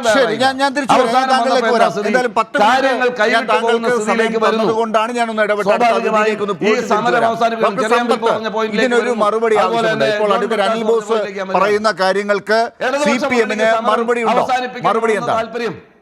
ഗവൺമെന്റിനെ സംബന്ധിച്ചിടത്തോളം ഇത്തരം ഒരു പ്രതിസന്ധി താങ്കൾ ഞാൻ പറയുന്നത് കേൾക്കുന്നുണ്ടോ? ഓഡിയോ പ്രശ്നമാണോ എനിക്കറിയില്ല. താങ്കൾ കേൾക്കുന്നതുപോലെ സംസാരിക്കണോ ഓഡിയോ പ്രശ്നമാണോ എനിക്കറിയില്ല. ഞാൻ രണ്ട് കാര്യങ്ങളാണ് കഴിഞ്ഞു പോയതുകൊണ്ട് സമ്പത്തിലേക്ക് പോവുകയാണ്. Doctor Sampath, advocate Anil boss ഈ കാര്യങ്ങളെ, ഈ രാഷ്ട്രീയമായ ഈ കാര്യങ്ങളെ വല്ലാതെ വൈകാരികമായി വ്യക്തിപരമായി കാണേണ്ടതില്ല. ആ സമരം രാഷ്ട്രീയ പ്രേരിതമായ ഒരു സമരമായിരുന്നില്ല. കേരളത്തിൽ അതുവരെ ഉണ്ടായിട്ടില്ലാത്ത വിധത്തിലുള്ള ആരോപണങ്ങൾ, ആ ആരോപണങ്ങളുടെ തുടക്കമെന്നത് കോൺഗ്രസിൻ്റെ തന്നെ നേതാക്കളിൽ നിന്ന് തന്നെ വന്നതാണ്. ഞാൻ ആ പേരുകളൊന്നും ഇപ്പോൾ ഇവിടെ പറയുന്നില്ല എന്നുള്ളത് മാത്രമേ ഉള്ളൂ. അറിയാമല്ലോ ആ പേരുകളെ സംബന്ധിച്ച്. KPCC അംഗം കൂടി അതിനകത്ത് ഉൾപ്പെട്ടതാണല്ലോ. ഇത് ഒരിക്കലും നമ്മുടെ സംസ്ഥാനത്ത് അനുവദനീയമായ ഒരു കാര്യമല്ല. അത് മുഖ്യമന്ത്രിയുടെ പേര്, മുഖ്യമന്ത്രിയുടെ ഓഫീസ്, അങ്ങനെ നിരവധി വിഷയങ്ങൾ ഇത്തരം കാര്യങ്ങളുമായി ബന്ധത് അത് വന്നത് പിന്നെ മൂടി വയ്ക്കാൻ കഴിയാത്തൊരു നിലയിലേക്ക് വരികയാണ്. ഞാനിപ്പോൾ അതിൻ്റെ പഴയ കാര്യങ്ങളിലേക്കൊന്നും, അല്ലെങ്കിൽ സോളാർ കമ്മീഷൻ്റെ റിപ്പോർട്ടിലെ ഏതെങ്കിലും പ്രസക്ത ഭാഗമൊന്നും വായിക്കാൻ ആഗ്രഹിക്കുന്നില്ല. 2013 ജൂലൈ മാസം എന്നത് കേരളം തിളച്ചു മറിയുകയാണ്. ഇവിടെ തിരുവനന്തപുരം നഗരത്തിലേക്ക് 50,000 പേരല്ല, 1,00,000 പേരല്ല, അതിനപ്പുറം വന്നിരുന്നാലും തിരുവനന്തപുരം നഗരത്തിന് ഉൾക്കൊള്ളാൻ കഴിയും. ഈ കേരള സംസ്ഥാനത്ത് അങ്ങനെ ഉൾക്കൊള്ളാൻ കഴിയുന്ന ഒരു നഗരം തിരുവനന്തപുരമാണ്. ഇവിടെ ഈ ഉള്ള ലക്ഷക്കണക്കിന് വീടുകൾ എന്നുള്ളത് മാത്രമല്ല, കൺവെൻഷൻ സെൻ്ററുകളും ഓഡിറ്റോറിയങ്ങളും ലോഡ്ജുകളും അത്തരത്തിലുള്ള താമസ സൗകര്യങ്ങളും ഒക്കെ ഉണ്ട് എന്നുള്ളതും, വിവിധ ഈ സർവീസ് സംഘടനകളുടെയും ട്രേഡ് യൂണിയനുകളുടെയും ഒക്കെ ഓഫീസുകളും ഒക്കെ, ഇപ്പം ഞങ്ങൾക്ക് തന്നെ പാർട്ടിയുടെ area committee office, local committee office അങ്ങനെയുള്ളതും, അങ്ങനെ നിരവധി കാര്യങ്ങൾ, ഇപ്പം ഞങ്ങളുടെ പലരുടെയും ഭവനങ്ങൾ.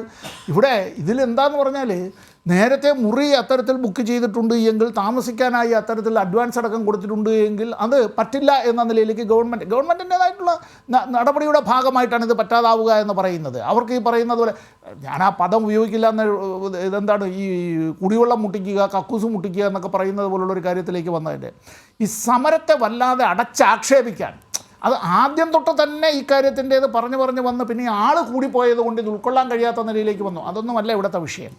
ഇനി ഈ പറയുന്നതിൽ ഇത്തരത്തിലൊരു നിവേദനം ഈ ഒരു വ്യക്തിയെ ഏൽപ്പിച്ച് ഈ ഇതിൻ്റെ പരമാധികാരിയായി വിട്ടു എന്നാണോ അഡ്വക്കേറ്റ് അനിൽ ബോസ് ഈ കാര്യത്തെ സംബന്ധിച്ച് ഉദ്ദേശിക്കുന്നത്? ഇവിടെ ഈ സമരവുമായി ബന്ധപ്പെട്ട കാര്യങ്ങളിൽ ആദ്യന്തം ചർച്ചകളിൽ പങ്കെടുത്ത വേണമെങ്കിൽ ഒന്ന് ടെലിഫോണിൽ വേണമെങ്കിൽ ഒന്ന് ബന്ധപ്പെട്ടോളൂ. ഇക്കാര്യത്തെ സംബന്ധിച്ചുള്ളതിൽ LDFിൻ്റെ കൺവീനർ ആയിരുന്ന വൈക്കം വിശ്വൻ, അതുപോലെ തന്നെ ജനതാദൾ എസിൻ്റെ നേതാവായിട്ടുള്ള CK നാണു, NCPയുടെ നേതാവായിട്ടുള്ള NK ശശീന്ദ്രൻ, കോൺഗ്രസ് എസിൻ്റെ നേതാവായിരുന്ന ശ്രീ K രാമചന്ദ്രൻ, ഇങ്ങനെ നിരവധി ആളുകൾ ഇതുമായി ബന്ധപ്പെട്ടുള്ള ഈ കൂടിയാലോചനകളിൽ ഉണ്ടായിരുന്നവരാണ് ആ സമരത്തിൽ ആദ്യന്തം പങ്കെടുത്തതാണ്. ഒരാളുടെ പേര് മാത്രം പറഞ്ഞു. അന്ന് RSP ഉണ്ടായിരുന്നു, അടുത്ത കൊല്ലമായപ്പോഴത്തേക്ക് അവർ വിട്ടുപോയി, അത് മറ്റൊരു കാര്യം. അതുകൊണ്ട് ഈ സമരമെല്ലാം ഇങ്ങനെ അവരാണ് ഇതെല്ലാം സംഘടിപ്പിച്ചതിൻ്റെ എല്ലാം ഒത്തുതീർപ്പ് എന്നുള്ള നിലയിലേക്ക് പറയുന്നതിൽ യാതൊരു അർത്ഥവുമില്ല. വേറെന്താണെന്ന് പറഞ്ഞാൽ ഇപ്പോൾ കോൺഗ്രസിനകത്തൊരു വല്ലാത്തൊരു ആഭ്യന്തര കലഹം ഉണ്ടാവുകയാണ്. കോൺഗ്രസിനകത്തുണ്ടാകുന്ന ആഭ്യന്തര കലഹം എന്നുള്ളത് അതൊരു പുതിയ സംഭവമല്ല, നേരത്തെയും അതുണ്ട്. ഇപ്പോൾ അത് രൂക്ഷമാവുകയാണ്. ഇപ്പോൾ ലോക്സഭാ തെരഞ്ഞെടുപ്പ് കഴിഞ്ഞപ്പോൾ അതിൻ്റേതായിട്ടുള്ള പടയൊരുക്കം, അത് ഏത് ഗ്രൂപ്പ് എങ്ങനെയെന്നൊക്കെ ചോദിച്ചാൽ എനിക്കെന്നെ സംബന്ധിച്ച് കൂടുതൽ കാര്യങ്ങളെ സംബന്ധിച്ച് ഇപ്പം ഞാൻ പറയുന്നില്ല എന്നുള്ളതേ ഉള്ളൂ. അത് KPCC പ്രസിഡന്റ് സ്ഥാനം തൽക്കാലത്തേക്ക് പദവി അത്തരത്തിൽ ചുമതല വഹിക്കാൻ വന്ന ഒരു വ്യക്തി, അദ്ദേഹത്തെ മാറ്റുന്നതിന് വേണ്ടി, ഇപ്പോൾ KPCC പ്രസിഡന്റിനെ മാറ്റുന്നതിന് വേണ്ടി, അല്ല പ്രതിപക്ഷ നേതാവിനെ മാറ്റുന്നതിന് വേണ്ടി, ഇങ്ങനെയുള്ള നിരവധി വിഷയങ്ങളുണ്ട്. ഇവിടെ ഈ സമ്പത്തെ നിങ്ങൾ വളരെ സീനിയറായ ഒരു അനിൽ ബോസെ, ഞാനത് പറഞ്ഞോട്ടെ. അനിൽ ബോസെ, ഞാനത് പറഞ്ഞത് താങ്കളെ ഉദ്ദേശിച്ചല്ല. ഞാനിവിടെ സബ്ജക്റ്റിലേക്ക് വാ. അല്ല, ഇപ്പൊ ഈ വിഷയം എന്നുള്ളത് സബ്ജക്റ്റ് അത് തന്നെയാണ്. കോൺഗ്രസിനകത്തുള്ള ആഭ്യന്തര പ്രശ്നങ്ങൾ എന്നുള്ളത് കേരളത്തിലെ കോൺഗ്രസ് ഘടകത്തിനകത്തുള്ളത് മറനീക്കി പുറത്തു വന്നിരിക്കുമ്പോഴാണ് ഈ ഒരു കാര്യം എടുത്തിട്ടുള്ളത്. ഇവിടെ ഈ കോൺഗ്രസിനകത്ത് പഴയ I ഗ്രൂപ്പ് A ഗ്രൂപ്പ് എന്നുള്ളത് മാത്രമായിരുന്നുവെങ്കിൽ ഇപ്പോൾ അതെല്ലാം കഴിഞ്ഞിട്ട് പല നേതാക്കളുടേതാണ്. ഞാൻ ഇനിയിപ്പോൾ ഏതൊക്കെ നേതാക്കളാണ് ആ പ്രസ്താവന തന്നെ പറഞ്ഞതെന്ന് ഞാൻ പറയുന്നില്ല. മുൻ KPCC പ്രസിഡന്റ് അടക്കം ഈ കാര്യത്തിനെ സംബന്ധിച്ച് പറഞ്ഞിട്ടുള്ളതുണ്ട്. ഇവിടെ ഒരു സന്നിഗ്ധ ഘട്ടത്തിൽ എത്തി നിൽക്കുകയാണ്. കോൺഗ്രസിനെ രക്ഷിക്കുക എന്നുള്ളത്, ഞാനിപ്പോൾ ഇത് പറയുന്നതിൽ എന്നോട് വേറെ ഒരു പരിഭവമൊന്നും തോന്നിയിട്ട് ഒരു കാര്യവുമില്ല. കോൺഗ്രസിനെ രക്ഷിക്കുക എന്നുള്ളത് കേരളത്തിൽ ഏറ്റവും പ്രചാരമില്ല. മലയാള മനോരമയുടെ ആവശ്യമാണ്. അഭിപ്രായം പറയുന്നു, ഞാൻ കോൺഗ്രസിന്റെ അഭിപ്രായം പറയുന്നു. അല്ല, ഞാൻ ഈ പറഞ്ഞത് കോൺഗ്രസിനെ രക്ഷിക്കുക എന്നുള്ളത് മലയാള മനോരമയുടെ ആഗ്രഹം മാത്രമല്ല, താല്പര്യമാണ്. ഒരു സംശയവും വേണ്ട. 1959 അന്ന് പണ്ഡിറ്റ് ജവഹർലാൽ നെഹ്റു തിരുവനന്തപുരത്ത് വരുമ്പോൾ ഈ പറയുന്ന വിമോചന സമരത്തിൻ്റെ കാറ്റടക്കം പോയി എങ്കിൽ പോലും മലയാള മനോരമയുടെ എഡിറ്റോറിയൽ അന്ന് ഇംഗ്ലീഷിലായിരുന്നു. നെഹ്റുവിനെ വായിച്ച് മനസ്സിലാക്കാൻ വേണ്ടി അത് പ്രത്യേകമായ ഒരു കുറിപ്പോട് കൂടി രാജ്ഭവനിലേക്ക് കൊടുത്തയച്ചു. അതടക്കം നടന്നുവല്ലോ. DYFI ആദ്യത്തെ മനുഷ്യച്ചങ്ങല നടത്തുന്ന വേളയിൽ അന്ന് അഡ്വക്കേറ്റ് അനിൽ ബോസ്, താങ്കൾ പറഞ്ഞ കാര്യത്തിനുള്ള മറുപടിയാണ് ഡോക്ടർ സമ്പത്തിനോട് ഞാൻ ചോദിച്ചത്. അദ്ദേഹം അത് പൂർത്തിയാക്കി എനിക്ക് ജേക്കബ് ജോർജിലേക്ക് പോകണം, ഞാൻ താങ്കളിലേക്ക് തിരിച്ചു പിന്നീട് വരും. അതാണല്ലോ മലയാള മനോരമയുടെ ചരിത്രം പറയുന്നത്.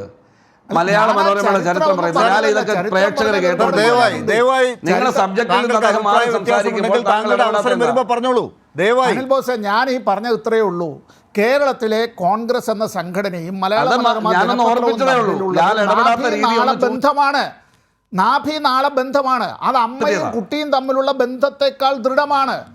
അത് കോൺഗ്രസ്സിനെ നോവുക എന്നത് ചിന്തിക്കാൻ കഴിയാത്തൊരു കാര്യമാണ്. ഇനി അത് ഇടതുപക്ഷം ഏത് നല്ല കാര്യത്തെ എടുത്താലും, ഇന്ത്യയിൽ ആദ്യമായി ഈ വിഘടനവാദത്തിനെതിരായി DYFI ലക്ഷക്കണക്കിന് ആളുകളെ അണിനിരത്തിയുള്ള മനുഷ്യച്ചങ്ങല തീർക്കുമ്പോൾ അത് മനുഷ്യമതിലായി മാറുകയാണ്. അതിലെല്ലാവരെയും പങ്കെടുപ്പിക്കുന്നതിന് വേണ്ടി ചെല്ലുമ്പോൾ മലയാള മനോരമയുടെ അതിൻ്റെ തലവനെ നേരിട്ട് പോയി ക്ഷണിക്കുമ്പോഴും അദ്ദേഹം പറഞ്ഞ കാര്യമുണ്ട്, എനിക്ക് എൻ്റേതായ വ്യക്തമായ രാഷ്ട്രീയമുണ്ട്, ഇങ്ങനെ ഇന്ത്യയിൽ ഇപ്പോൾ ഇങ്ങനെയുള്ള പ്രശ്നങ്ങളൊന്നും ഉണ്ട് എന്ന് ഞാൻ വിശ്വസിക്കുന്നില്ല എന്നുള്ള നിലയിലേക്ക്. എപ്പോഴാണ് നടത്തുന്നത്? വിഘടനവാദത്തിൻ്റേതായിട്ടുള്ള ഈ കൊലവിളികൾ ഉയരുന്ന കാലത്ത് താങ്കളുടെ പാർട്ടിയിലെയും എൻ്റെ പാർട്ടിയിലെയും നിരവധി ആളുകൾ രക്തസാക്ഷിത്വം വരിക്കുന്ന ഒരു കാലത്ത് ആ സമയത്താണ് ആ ചെറുപ്പക്കാർ അത്തരത്തിലൊരു കാര്യവുമായി രംഗത്ത് വന്നത്. അന്ന് ഏതാണ്ട് ഒരു 36 ജീപ്പുകൾ തെക്ക് വടക്കനെ ഓടിയായിരുന്നു, എവിടെയെങ്കിലും കണ്ണി മുറിയുന്നുണ്ടോ എന്ന് നോക്കിക്കൊണ്ട്. അതുകൊണ്ട് തന്നെ അവർ കൂടുതൽ ജാഗ്രതയോടുകൂടി തന്നെ ആ കണ്ണികൾ മതിലുകളായി മാറ്റിയത്. ഇതെല്ലാം നടന്ന കാര്യങ്ങളാണ്. ഞാൻ അതുകൊണ്ടാണ് ഈ കാര്യത്തെ സംബന്ധിച്ച് പറഞ്ഞത്. ഇനി അന്ന് നടന്ന ഈ സമരത്തിൽ പങ്കെടുത്തത് ഇതിനെല്ലാം ആക്ഷേപിക്കാനും അത്തരത്തിൽ സമരങ്ങളെ വക്രീകരിക്കാനും സമരങ്ങളിൽ പങ്കെടുക്കുന്നവരെ ആക്ഷേപിക്കാനും ഒക്കെ ഉള്ളൊരു പുതിയ പ്രവണതയുണ്ടല്ലോ നിയോ ലിബറൽ കാലത്ത്. അതും ഇതിൻ്റെ പിന്നിലുണ്ടാവാം. ഞാനിവിടെ ശ്രീ ജോൺ മുണ്ടക്കയത്തെ ഏതെങ്കിലും വിധത്തിൽ അദ്ദേഹത്തിൻ്റെ ഈ ഒരു കാര്യത്തെ ഞാൻ ചോദ്യം ചെയ്യുന്നതോ അല്ലെങ്കിൽ മറ്റു വിധത്തിലോ അല്ല.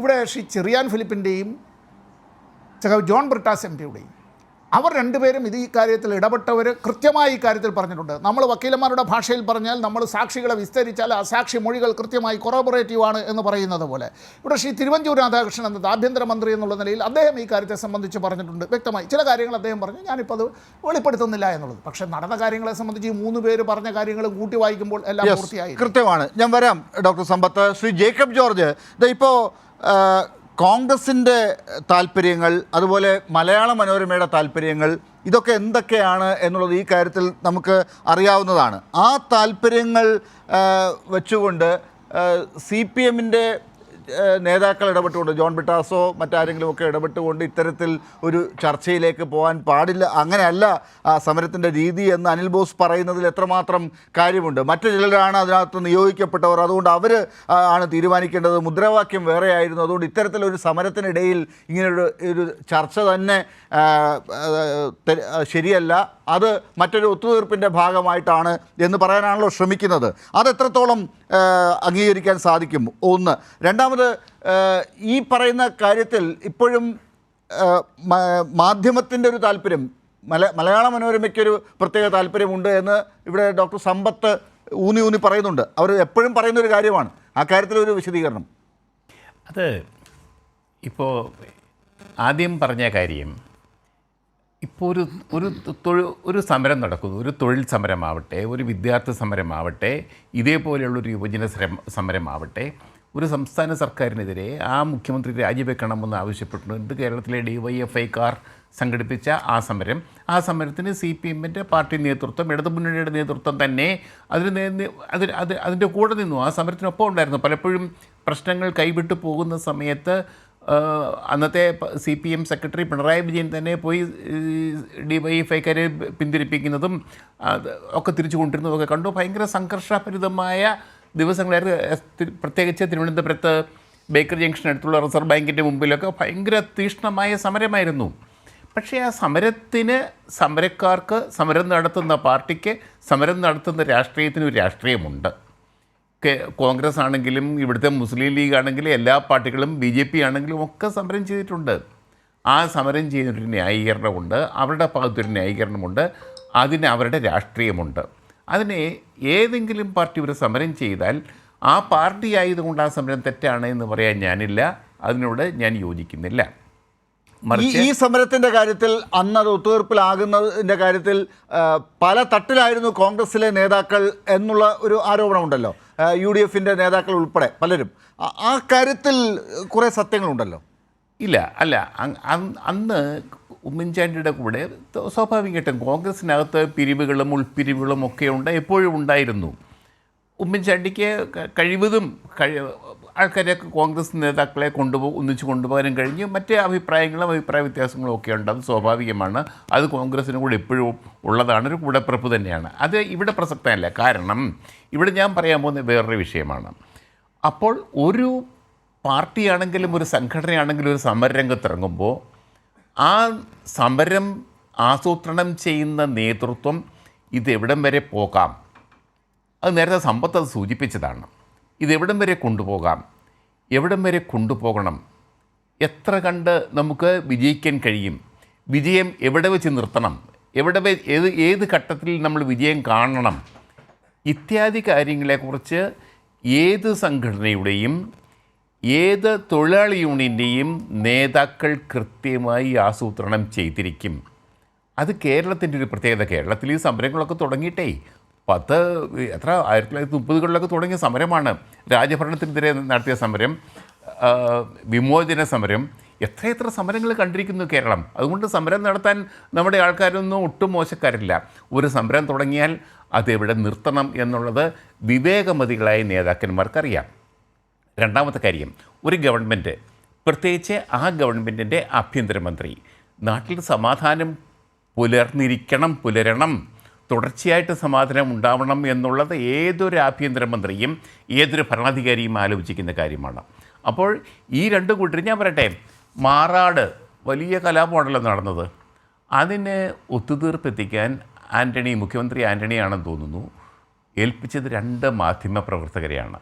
ഒന്ന് മാതൃഭൂമിയിൽ എൻ്റെ അടുത്ത സുഹൃത്തും കൊലീഗുമായിരുന്ന NB രാജേന്ദ്രൻ, NBR എന്ന് ഞങ്ങൾ വിളിക്കും.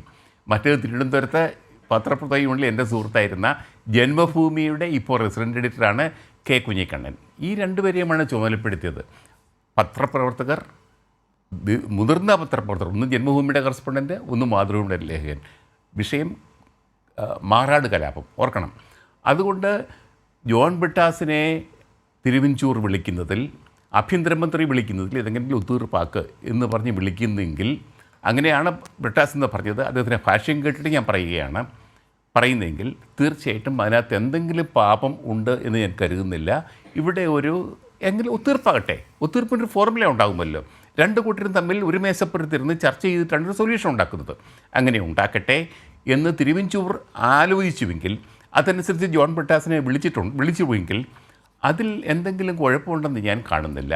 പക്ഷേ ജോൺ മുണ്ടക്കയം എന്താണ് എഴുതിയതിനെക്കുറിച്ച് പറയാൻ ഞാൻ ആളല്ല ഇപ്പോൾ. അത് പിന്നീട് നമുക്ക് പറയാം. പക്ഷേ ശ്രീ ജേക്കബ് ജോർജ്, അക്കാര്യത്തിൽ ഒരു കാര്യം കൂടി നമ്മൾ എടുത്തു പറയേണ്ട ഒരു കാര്യമുണ്ട്. ഈ കാര്യത്തിലൊരു ഒത്തുതീർപ്പ് എങ്ങനെയെങ്കിലും ഉണ്ടാക്കി രണ്ട് കൂട്ടരും ഒരുപോലെ ഇത് എങ്ങനെയെങ്കിലും അവസാനിപ്പിച്ച് കിട്ടിയാൽ മതി എന്നാഗ്രഹിച്ചു എന്നതിനപ്പുറം ഇടതുപക്ഷത്തിൻ്റെ സമരത്തിൻ്റെ മുഖ്യമായ ആവശ്യങ്ങൾ പലതും നടപ്പിലാക്കിക്കൊണ്ട് തന്നെയാണ് സമരം അവസാനിച്ചത്. അതിനകത്ത് ജുഡീഷ്യൽ അന്വേഷണം വന്നു, മുഖ്യമന്ത്രിയുടെ ഓഫീസ് അതിനകത്ത് വരണം എന്ന് കൃത്യമായി ഇടതുപക്ഷം ആവശ്യപ്പെട്ടു. അതുകൂടി ഉൾപ്പെടുത്തിക്കൊണ്ട് മാത്രമാണ് അങ്ങനെ ഒരു ക്യാബിനറ്റ് തീരുമാനവും അത് കഴിഞ്ഞ് 2 ദിവസം കഴിഞ്ഞ് ഉണ്ടായി എന്നത് ഈ സമരത്തിൻ്റെ കൃത്യമായ വിജയമായി അവതരിപ്പിക്കാൻ ഇന്നും CPM സാധിക്കുന്നു. അല്ല, ഇന്നത് വ്യക്തമായിട്ടത് നമ്മുടെ ബ്രിട്ടാസ് പറഞ്ഞിട്ടുണ്ട്, ജോൺ ബ്രിട്ടാസ് അത് പറഞ്ഞിട്ടുണ്ട്. ആ ഒരു ധാരണയോടുകൂടി തന്നെയാണ്, ആ ഒരു തീരുമാനത്തോടു കൂടി തന്നെയാണ്, അതായത് തിരുവഞ്ചൂർ രാധാകൃഷ്ണനും ജോൺ ബ്രിട്ടാസും കൂടി മുഖ്യമന്ത്രി ഉമ്മൻചാണ്ടിയെ കാണാൻ പോകുമ്പോൾ ഉമ്മൻചാണ്ടിയുടെ കൂടെ PK കുഞ്ഞാലിക്കുട്ടി ഉണ്ടായിരുന്നു. അവരുടെ മുമ്പിൽ അവതരിപ്പിച്ച വിഷയം ഇതാണ്, CPMൻ്റെ നിർദ്ദേശം ഇതാണ്, ഇത് അവതരിപ്പിക്കാനാണ് എന്നോട് പറഞ്ഞിരിക്കുന്നത്, ഞാനത് അവതരിപ്പിക്കുന്നു, അതിനെ തീരുമാനിക്കാം. അങ്ങനെയാണ് ആ വിഷയം കൊണ്ടുവന്നത്. അതനുസരിച്ച് അത് ക്യാബിനറ്റ് തീരുമാനം ആവുകയും ചെയ്തു. അപ്പോൾ CPMൻ്റെ ഡിമാൻഡ് അതാണ്. പിന്നെ നേരത്തെ പറഞ്ഞതുപോലെ പ്രേമൻ പറഞ്ഞത് അതല്ല, രാജിവെക്കണമെന്നൊക്കെ എല്ലാവരും ഡിമാൻഡ് ഉന്നയിക്കും ആദ്യഘട്ടത്തിൽ. ഇതിപ്പോൾ രാജിയേക്കാൾ വലിയ അപകടമല്ലേ ഉണ്ടായത്? അല്ല, കുറേ കഴിയുമ്പോഴത്തേക്ക് രാജി എന്നുള്ളത് ചർച്ചകളല്ലേ, ചർച്ചകളിൽ കൂടി പലതിലതും വിട്ടുവീഴ്ച ചെയ്യും, രണ്ടു കൂട്ടരും വിട്ടുവീഴ്ച ചെയ്യും. അങ്ങനെ ആയിരിക്കാനാണ് സാധ്യത. പക്ഷേ ഞാനൊരിക്കലും അടുത്തൊരു കക്ഷിയായിട്ടില്ല, അതുകൊണ്ട് ഞാൻ നേരി കണ്ടിട്ടില്ല എന്താണെന്ന് നടന്നിട്ടുള്ളതെന്ന് ഇവരൊക്കെ പറയുന്നത് കേട്ടിട്ടേ പറയാൻ പറ്റും. ശരി, അടുക്കൽ അനിൽ ബോസ്, അപ്പോൾ ഇക്കാര്യത്തിൽ രാജിവെച്ചില്ല, മുഖ്യമന്ത്രി രാജിവെക്കണം എന്നായിരുന്നു നിങ്ങളുടെയൊക്കെ ആവശ്യം എന്ന് പറയുമ്പോൾ ഞാൻ ഓർക്കുകയാണ്, നിങ്ങളുടെ കുറേ സമരങ്ങൾ കഴിഞ്ഞ 2-3 കൊല്ലങ്ങളായി സുധാകരൻ അവിടെ നിന്ന് ഇങ്ങോട്ട് യാത്ര ചെയ്യുന്നു, VD സതീശൻ ഇവിടുന്ന് അങ്ങോട്ട് പോകുന്നു. ഇതിലൊക്കെ ആവശ്യം മുഖ്യമന്ത്രി രാജിവെക്കുക എന്നുള്ളതാണ്. എവിടെയാണ് രാജിവെച്ചതെന്ന് ചോദിച്ചു കഴിഞ്ഞാൽ ആ സമരങ്ങളുടെ അർത്ഥമില്ലാതാകുമോ? നിങ്ങൾക്ക് ആ മൊബിലൈസേഷൻ നടത്താൻ ഈ രാഷ്ട്രീയ പരിപാടി വഴി സാധിച്ചിട്ടില്ലേ? അതൊക്കെ തന്നെയാണ് ഒരു രാഷ്ട്രീയ പാർട്ടി ഉദ്ദേശിക്കുന്നതും. ഇവിടെ പക്ഷേ CPM ആ സമരം അവസാനിപ്പിക്കുന്നതിന് മുമ്പ് നേടിയെടുത്ത കാര്യങ്ങൾ മറക്കാൻ സാധിക്കുമോ? ജുഡീഷ്യൽ അന്വേഷണം, ആ കമ്മീഷൻ ആരെയൊക്കെ വിചാരണ ചെയ്യണോ അന്വേഷിക്കണം എന്നുള്ളത് നമ്മൾ കണ്ടതാണ്. മുഖ്യമന്ത്രി ഉമ്മൻചാണ്ടിയെ എത്ര മണിക്കൂർ ചോദ്യം ചെയ്തു എന്നുള്ളത് നമ്മൾ കണ്ടതാണ്. അതുകൂടി ഉൾപ്പെടുത്തിക്കൊണ്ടാണ് ഇടതുപക്ഷം ആ തീരുമാനത്തിന് അംഗീകാരം കൊടുത്തുകൊണ്ട് സമരം അവസാനിപ്പിച്ചത്. അപ്പോൾ ആരുടെ വിജയം തന്നെയാണത്?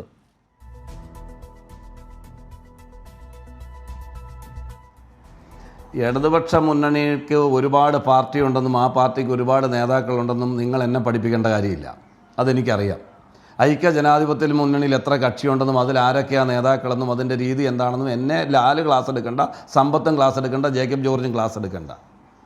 എൻ്റെ സംസാരത്തിൽ ദയവായി ഇടപെടരുന്നതിന് അപേക്ഷിക്കുന്നു, താങ്കളോട് വീണ്ടും അപേക്ഷിക്കുന്നു താഴ്മയായി. ഞാൻ പറയുന്നത് ജനം കേൾക്കാൻ അവസരം തരണം. ഇടതുപക്ഷ മുന്നണി കൂടിയാലോചിച്ച് ചുമതലപ്പെടുത്തിയതിൻ്റെ അടിസ്ഥാനത്തിൽ ഇടതുപക്ഷ മുന്നണിയുടെ ഡിമാൻഡുകൾ കൈമാറാൻ അന്ന് നിയോഗിച്ചത് NK പ്രേമേന്ദ്രൻ എന്ന അന്നത്തെ RSPയുടെ നിങ്ങളുടെ മുന്നണിയിലുള്ള പാർട്ടി നേതാവിനെയാണ്. അതാണ് എൻ്റെ പോയിന്റ്. അദ്ദേഹം കൊടുത്ത ഡിമാൻഡ് നോട്ടിൽ പലവിധ ആവശ്യങ്ങളിൽ ഒന്നാമത്തെ ആവശ്യം മുഖ്യമന്ത്രി രാജിവെക്കണം എന്നതാണ്. രണ്ടാമത്തെ ആവശ്യമാണ് ജുഡീഷ്യൽ അന്വേഷണം എന്നുള്ളത്. മനസ്സിലായില്ലേ? അപ്പോൾ ഇതിൻ്റെ ഭാഗമായി നാട്ടിൽ LDF സമരം നടത്തുന്നു, CPMഉം മറ്റ് സംഘടനകളും സമരം നടത്തുന്നു. ആ സമരം നടത്താനുള്ള അവകാശത്തെ ഞാൻ ചലഞ്ച് ചെയ്തില്ല, സമരരീതിയുടെ തീരുമാനത്തെ ഞാൻ ചലഞ്ച് ചെയ്തില്ല. നിങ്ങൾ സമരം ചെയ്യുമ്പോൾ ആ സമരത്തെ പ്രതിരോധിക്കേണ്ടത് എങ്ങനെയാണെന്ന് UDF അറിയാം, UDF ഗവൺമെന്റിന് അറിയാം. ഇവരുടെ രണ്ടാമത്തെ ആവശ്യം തന്നെ നടപ്പിലാക്കി. ഒന്നാമത്തെ ആവശ്യം പ്രതിരോധം തീർത്തിട്ടുള്ളത് അത് നമുക്കറിയാലോ. അങ്ങനെ പ്രതിരോധം തീർത്ത് ഒരു ഘട്ടം കഴിയുമ്പോൾ നിങ്ങളുടെ അകത്ത് ഇവിടെ പറഞ്ഞ കോൺഗ്രസിലെ ഇടതുപക്ഷ മുന്നണി രണ്ട് പക്ഷമുണ്ടാകും. ആ സമരം അവസാനിപ്പിക്കണമെന്ന ആവശ്യം ഉയരുകയും സന്ദേശം തിരുവഞ്ചൂർ രാധാകൃഷ്ണന്റെ വീട്ടിൽ ഞാൻ ചോദിച്ച ചെറിയ എന്തിനെത്തി തിരുവഞ്ചൂർ രാധാകൃഷ്ണന്റെ വീട്ടിൽ അദ്ദേഹം ഇടതുപക്ഷ മുന്നണിയുടെ ഭാഗമല്ലേ? അദ്ദേഹം ആ സന്ദേശം കൃത്യമായി തിരുവഞ്ചൂർ രാധാകൃഷ്ണന് കൈമാറുന്നു. തുടർന്ന് ചെറിയാൻ ഫിലിപ്പ് കൈരളിയിൽ എത്തുന്നു. കൈരളിയിലിരിക്കെ ചെറിയാൻ ഫിലിപ്പിന്റെ ഫോണിൽ നിന്ന് തിരുവഞ്ചൂർ രാധാകൃഷ്ണനുമായി സംസാരിക്കുന്ന സന്ദർഭത്തിൽ അത് ജോൺ ബ്രിട്ടാസിന് കൈമാറുന്നു. അതാണ് കറക്റ്റ്. അതായത് ഇടതുപക്ഷ മുന്നണി ഇത് പിൻവലിക്കണമെന്ന് ആലോചിക്കുന്നു എന്ന പോസിറ്റീവ് മെസ്സേജ് ഗവൺമെന്റിന് ചെല്ലുന്നു. സ്വാഭാവികമായും ചെറിയാൻ ഫിലിപ്പുമായി ആ നടത്തിയ ആശയവിനിമയത്തിന്റെ അടിസ്ഥാനത്തിൽ തിരുവഞ്ചൂർ രാധാകൃഷ്ണനും ചെറിയാൻ ഫിലിപ്പും ഫോണിൽ സംസാരിക്കുന്നു. അത് ജോൺ ബ്രിട്ടാസുമായി കൺവേ ചെയ്യാനുള്ള സാഹചര്യം ഉണ്ടാകുന്നു. ജോൺ ബ്രിട്ടാസ് അത് ഉത്തരവാദിത്തപ്പെട്ട CPMന്റെ അല്ലെങ്കിൽ ഇടതുപക്ഷ മുന്നണിയുടെ നേതാക്കളെ അറിയിക്കുന്നു. അവരുടെ ക്ലിയറൻസോടുകൂടി അദ്ദേഹം ചെറിയാൻ ഫിലിപ്പിനൊപ്പം തിരുവഞ്ചൂർ രാധാകൃഷ്ണനെ കാണുന്നു. അതാണ് ആ കറക്റ്റ് പോയിന്റ്. അതിനുശേഷം അദ്ദേഹം പോയി മുഖ്യമന്ത്രിയെ കാണാൻ കുഞ്ഞാലിക്കുട്ടി പറയുന്ന ഭാഗത്തെ ഒന്നും ഞാൻ ചലഞ്ച് ചെയ്യുന്നില്ല. അതെല്ലാം ജോൺ ബ്രിട്ടാസ് പറഞ്ഞതിനോട് ഞാൻ യോജിക്കുന്നു. അവിടെ വെച്ച് നടന്ന ഡിമാൻഡിൽ മുഖ്യമന്ത്രിയുടെ രാജി എന്ന് പറയുന്ന ആവശ്യം അംഗീകരിക്കാൻ കഴിയില്ല. സമരം ഇവർക്ക് പിൻവലിച്ചേ പറ്റൂ. ജുഡീഷ്യൽ അന്വേഷണം രണ്ടാമത്തെ ആവശ്യമാണ്. അതിൽ ആ സമരം പിൻവലിക്കുന്നതിന്റെ ആവശ്യം എന്നുള്ളത് ടേംസ് ഓഫ് റെഫറൻസ് എന്നുള്ളതിൽ മുഖ്യമന്ത്രിയുടെ ഓഫീസ് വേണം എന്ന് നിങ്ങൾ പറഞ്ഞു, സമ്മതിച്ചെന്നേ. അതിന് തർക്കം അവിടെയാണല്ലോ. അദ്ദേഹം പറഞ്ഞു അവിടെ ഇടതുപക്ഷം സമരത്തിൽ നിന്ന് പിന്മാറി അവരുടെ മുദ്രാവാക്യം മാറ്റി എന്ന് പറയുമ്പോൾ മുഖ്യമന്ത്രി രാജിവെക്കണമെന്നുള്ളത് എല്ലാ പക്ഷവും എല്ലാ കാലവും പറയുന്നതാണ്. തടസ്സപ്പെടുത്തിയും നിങ്ങൾ ഞാൻ പറയുന്നത് പോയിന്റ് ആണെന്ന് അറിയുമ്പോൾ തടസ്സപ്പെടുത്താനുള്ള ലാലിന്റെ ശ്രമം ശരിയല്ല. ഇത് ഞാൻ അനുവദിക്കില്ല. ഞാൻ മടങ്ങില്ല. വളരെ കൃത്യമായി ഇടതുപക്ഷ മുന്നണിക്ക് എങ്ങനെയെങ്കിലും ഈ സമരം പിൻവലിച്ചു പോകണം എന്ന സന്ദേശം ചെറിയാൻ ഫിലിപ്പ് വഴി തിരുവഞ്ചൂർ രാധാകൃഷ്ണനിൽ അദ്ദേഹത്തിന്റെ വസതി അങ്ങനെയില്ല, അങ്ങനെ ഒരു തെളിവില്ല. അങ്ങനെയല്ല. ഇന്ന് നമ്മൾ കേട്ട കാര്യങ്ങളിൽ ചെറിയാൻ ഫിലിപ്പ് പറയുന്നത് തിരുവഞ്ചൂർ ചെറിയാൻ ഫിലിപ്പിനെ വിളിച്ചു എന്നത് തന്നെയായിരുന്നു. ചെറിയാൻ ഫിലിപ്പ് നീണ്ടുപോകുന്ന സാഹചര്യം ഉണ്ടായാൽ നിങ്ങൾക്ക് നിൽക്കാൻ കഴിയില്ല. നിങ്ങൾ പറഞ്ഞല്ലോ ഞങ്ങൾ സമരം വിജയിച്ചു. നിങ്ങൾക്ക് നിങ്ങളുടെ അണികളെ ബോധ്യപ്പെടുത്താൻ കഴിഞ്ഞോ? നിങ്ങൾക്ക് CPMന്റെ ഇടതുപക്ഷ മുന്നണിയുടെ അണികളെ അന്ന് ബോധ്യപ്പെടുത്താൻ കഴിഞ്ഞോ? ഇന്നും കഴിഞ്ഞോ? ഇന്നും നിങ്ങൾക്ക് കഴിഞ്ഞിട്ടില്ല. നിങ്ങൾ തെരഞ്ഞെടുപ്പിൽ ജയിച്ചിട്ടുണ്ടാവും, നിങ്ങൾക്ക് അധികാരം കിട്ടിയിട്ടുണ്ടാവും, നേതാക്കളെ ആക്ഷേപിക്കാൻ റിപ്പോർട്ട് വെച്ച് പത്രസമ്മേളനം നടത്തിയിട്ടുണ്ടാവും. ശ്രീ അനിൽ ബോസ്, ഒരൊറ്റ കാര്യം എനിക്ക് താങ്കളോട് ചോദിക്കാനുള്ളത്, ഈ കാര്യത്തിൽ ഇടതുപക്ഷം അവർക്ക് സമരം പിൻവലിക്കണമെങ്കിൽ അത് ചെറിയാൻ ഫിലിപ്പ് ഫോണിലേക്ക് തിരുവഞ്ചൂർ വിളിച്ചിട്ടാണെങ്കിലും അല്ലെങ്കിലും ഒക്കെ ഒരു ഡിമാൻഡ് LDF പറയുമ്പോൾ നിങ്ങൾ എങ്ങനെയാണ് അംഗീകരിക്കുന്നത്? ഉമ്മൻചാണ്ടിയുടെ ഓഫീസിനെ അന്വേഷണ പരിധിയിൽ കൊണ്ടുവരാൻ നിങ്ങൾ എങ്ങനെയാണ് സമ്മതിക്കുന്നത്? അത് രാജിയേക്കാൾ വലിയ ആത്മഹത്യാപരമായ ഒരു കാര്യമല്ലേ? അതെങ്ങനെയാണ് നിങ്ങൾ സമ്മതിച്ചു കൊടുത്തത്?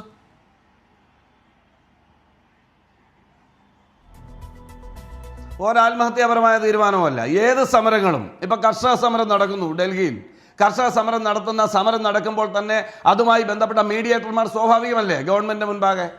എത്രയോ സെക്രട്ടേറിയറ്റിന് മുന്നിൽ നടക്കുന്ന നിരാഹാര സമരങ്ങൾ, ആ സമരങ്ങൾ ഒരു ഘട്ടം കഴിയുമ്പോൾ ഗവൺമെന്റുമായി നെഗോസിയേഷൻ നടക്കുന്നില്ലേ? മാധ്യമ പ്രവർത്തകരാകട്ടെ അല്ലാത്ത ആളുകളാകട്ടെ ഗവൺമെന്റുമായി മീഡിയേറ്റർ എന്നുള്ള നിലയിൽ വർക്ക് ചെയ്യത്തില്ലേ? ഇല്ലെന്നാണോ സമ്പത്ത് രാഷ്ട്രീയം പഠിപ്പിക്കുന്നത് കേരളത്തിലെ പൊതുസമൂഹത്തോട്? അത് കേരള ഗവൺമെന്റിനെതിരെയാണെങ്കിലും ഇന്ത്യ ഗവൺമെന്റിനെതിരെയാണെങ്കിലും നടക്കുന്ന സമരങ്ങളിൽ സന്ധിയില്ലാത്തൊരു പോരാട്ടത്തിന്റെ ഘട്ടത്തിലേക്ക് വരുമ്പോൾ ഏത് സമരമാണെങ്കിലും ആ സമരം അവസാനിപ്പിക്കുമ്പോൾ ഡിമാൻഡുകൾ വെച്ച് നെഗോസിയേഷൻ ഉണ്ടാവും, അതിന് മീഡിയേറ്റർമാരുണ്ടാവും. അതൊരു പക്ഷേ പാർട്ടിയുടെ നേതാക്കളോ മുന്നണിയുടെ നേതാക്കളോ ആകാം. ശരി ശരി ശരി, ഞാൻ സമയത്തിന്റെ ഒരു പ്രശ്നം കൂടി ഡോക്ടർ സമ്പത്ത്, എനിക്കൊരു ഇടവേളയിലേക്ക് പോകുന്നതിന് മുമ്പ് താങ്കളോട് ചോദിക്കാനുള്ളത്, ഇപ്പൊ അനിൽ ബോസ് പറഞ്ഞതിൽ നിന്ന് അദ്ദേഹം ഈ CMന്റെ ഓഫീസിനെ അന്വേഷണ പരിധിയിൽ ഉൾപ്പെടുത്തണം എന്നുള്ള LDFന്റെ ആവശ്യം അത് അംഗീകരിക്കുന്നു. അങ്ങനെ ഒരു സംഭവം ഉണ്ടായി, അത് LDFന്റെ ഭാഗമായി ഉണ്ടായ കാര്യത്തെ അദ്ദേഹം അംഗീകരിക്കുന്നുണ്ട്. അത് കൂടാതെ പിന്നീട് ഇന്നിപ്പോൾ മനസ്സിലായ കാര്യം എന്താണ്? ക്യാബിനറ്റ് തീരുമാനം ആദ്യം വന്ന ശേഷമാണ് ഇത് പ്രഖ്യാപിച്ചത് എന്ന് തിരുവഞ്ചൂർ ആദ്യം ചില മാധ്യമങ്ങളിൽ പറഞ്ഞിരുന്നു. അത് തെറ്റാണെന്ന് തെറ്റുകയാണ്. നിങ്ങൾ വളച്ചൊടിക്കാൻ ശ്രമിക്കരുത്. അല്ല, ഞാൻ വളച്ചൊടിച്ചിട്ടില്ല. താങ്കൾ പറഞ്ഞ കാര്യം തന്നെയാണ് ഡോക്ടർ സമ്പത്ത്. അപ്പോൾ ഈ കാര്യത്തിൽ ഉൾപ്പെടെ അന്വേഷിക്കുന്നതിന്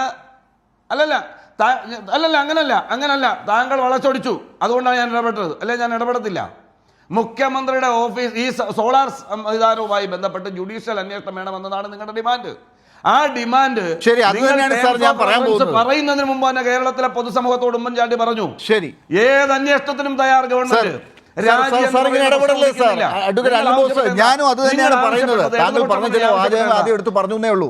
ഡോക്ടർ സമ്പത്ത് അൽബോസ് പറഞ്ഞത് താങ്കൾ കേട്ടല്ലോ. താങ്കൾ ഒരു ചെറിയ മറുപടി, എനിക്ക് 2 മിനിറ്റ് മാത്രം ഇപ്പൊ ഞാൻ പറയട്ടെ. സിറ്റിംഗ് ലാലെ ഒരു സെക്കൻഡ്, എനിക്കൊരു സെക്കൻഡ് മതി. നിങ്ങൾ ആവശ്യപ്പെട്ടത്, ഇടതുപക്ഷ മുന്നണി ആവശ്യപ്പെട്ടത്, ലാലല്ല, ഇടതുപക്ഷ മുന്നണി ആവശ്യപ്പെട്ടത് സിറ്റിംഗ് ജഡ്ജിയെ കൊണ്ട് അന്വേഷിക്കണമെന്നാണ്. ജുഡീഷ്യൽ അന്വേഷണം സിറ്റിംഗ് ജഡ്ജിയെ വെച്ച് വേണമെന്നാണ്. ഞങ്ങളതിന് തയ്യാറായി. ഹൈക്കോടതി അനുവദിക്കുമെങ്കിൽ സിറ്റിംഗ് ജഡ്ജിയെ ഞങ്ങൾ പറഞ്ഞു.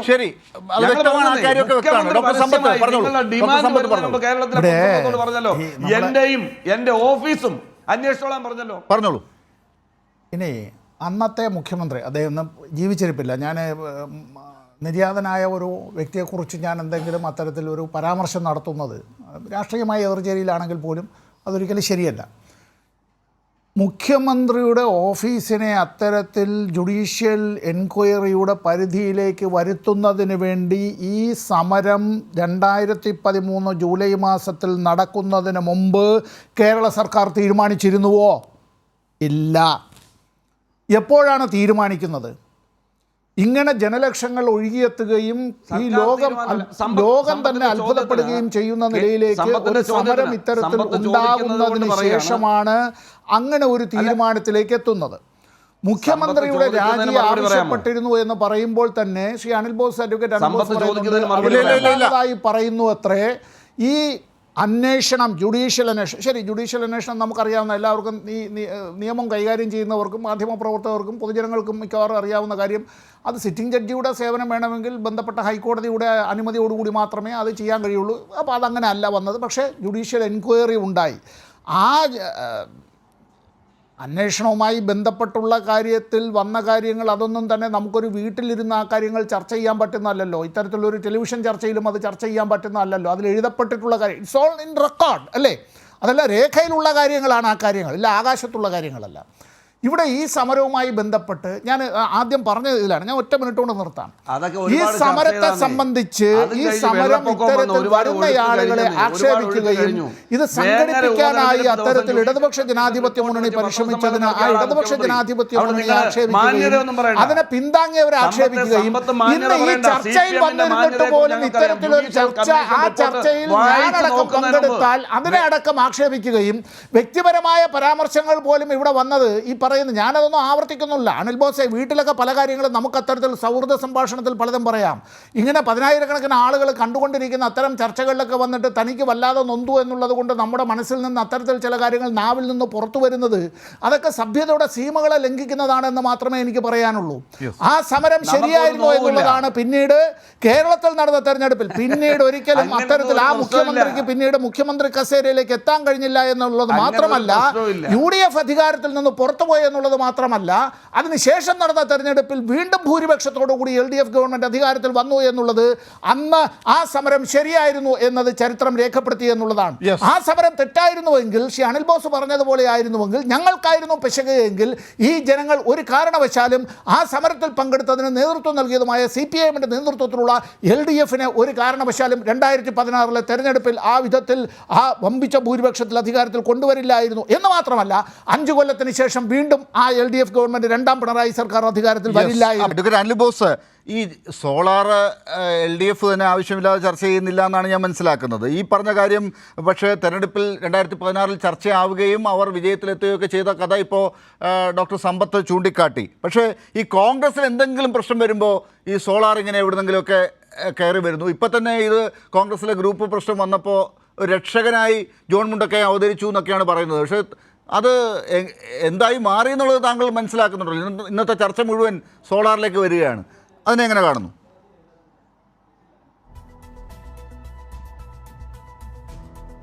അല്ല, ലാലിന് ഞാൻ അതിനൊന്നും മറുപടി പറയാൻ ഉദ്ദേശിക്കുന്നില്ല. ലാലിന് അതിനുള്ള നിലവാരമില്ലെന്ന് മാത്രം ജനം വിലയിരുത്തട്ടെ എന്ന് മാത്രമല്ല. നിലവാരമുള്ള അങ്ങ് പറഞ്ഞു തരുമോ അതിൻ്റെ ഉത്തരം? ലാലിൻ്റെ നിലവാരം ജനം വിലയിരുത്തി മാർക്കിടട്ടെ. പിന്നെ അല്ല, ഞാനത് തന്നെ ഞാൻ പറഞ്ഞല്ലോ. ഞാൻ പറയുമ്പോൾ നിങ്ങൾ പലവട്ടം തടസ്സപ്പെടുത്തിയല്ലോ. ഞാൻ വീണ്ടും ആവർത്തിക്കുന്നു, നിലവിൽ ചെറിയാൻ ഫിലിപ്പ് നടത്തിയ പത്രസമ്മേളനവും ജോൺ ബ്രിട്ടാസ് നടത്തിയ പത്രസമ്മേളനവും കേരളത്തിലെ പൊതുസമൂഹം കണ്ടതാണ്. ചെറിയാൻ ഫിലിപ്പ് ഇടതുപക്ഷ മുന്നണിയുടെ ഭാഗമായിരുന്നു. ചെറിയാൻ ഫിലിപ്പ് കേരളത്തിലെ പൊതുസമൂഹത്തോട് പറഞ്ഞത് ഇടതുപക്ഷ മുന്നണിയിൽ രണ്ടഭിപ്രായമുണ്ടായിരുന്നു. ആ സമരം അവസാനിപ്പിക്കണമെന്ന് ഇടതുപക്ഷ മുന്നണി ആഗ്രഹിച്ചിരുന്നു. തിരിച്ച് ഗവൺമെൻറ്റും അത് ആഗ്രഹിച്ചിരുന്നു. അപ്പോൾ അതിൽ ചെറിയാൻ ഫിലിപ്പ് ഇപ്പോൾ കോൺഗ്രസ് പക്ഷത്താണല്ലോ. ചെറിയാൻ ഫിലിപ്പ് ഇപ്പോൾ കോൺഗ്രസ്സുകാരനാണല്ലോ. അതിനുശേഷമല്ലേ ഈ ഫോൺ കോളും അനുബന്ധ കാര്യങ്ങളും. അല്ല, ഇടതുപക്ഷ മുന്നണിക്ക് ഇതാണ്. 1 മിനിറ്റ് പോലും തന്നിട്ട് താങ്കൾ അസ്വസ്ഥനാകാണ്.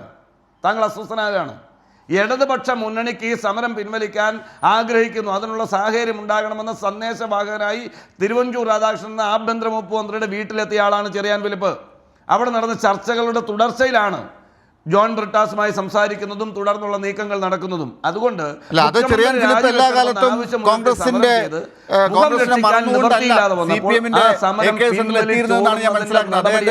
രാജ്യം കണ്ടത്, നമ്മുടെ നാട് കണ്ടത്, അത് നിങ്ങളുടെ ന്യായീകരിക്കാൻ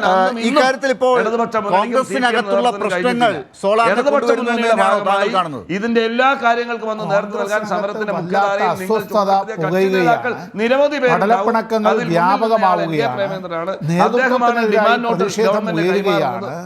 ഇത് പുതിയ തലമുറയിൽപ്പെട്ട യൂത്ത് കോൺഗ്രസ് അത്തരത്തിലുള്ള വിഭാഗത്തിൽപ്പെട്ടവരാണ് എങ്കിൽ വ്യാജ ഐഡന്റിറ്റി കാർഡ് അടക്കം അങ്ങനെ നിർമ്മിച്ചതുമായി ബന്ധപ്പെട്ട് അധികാരത്തിന് വേണ്ടിയിട്ടുള്ള വല്ലാത്ത ഒരു ആക്രാന്തം ഇങ്ങനെ കടന്നുപിടിക്കുന്നതിലേക്ക് വന്നത് ഈ മുതിർന്ന നേതാക്കൾക്കെതിരായിട്ട്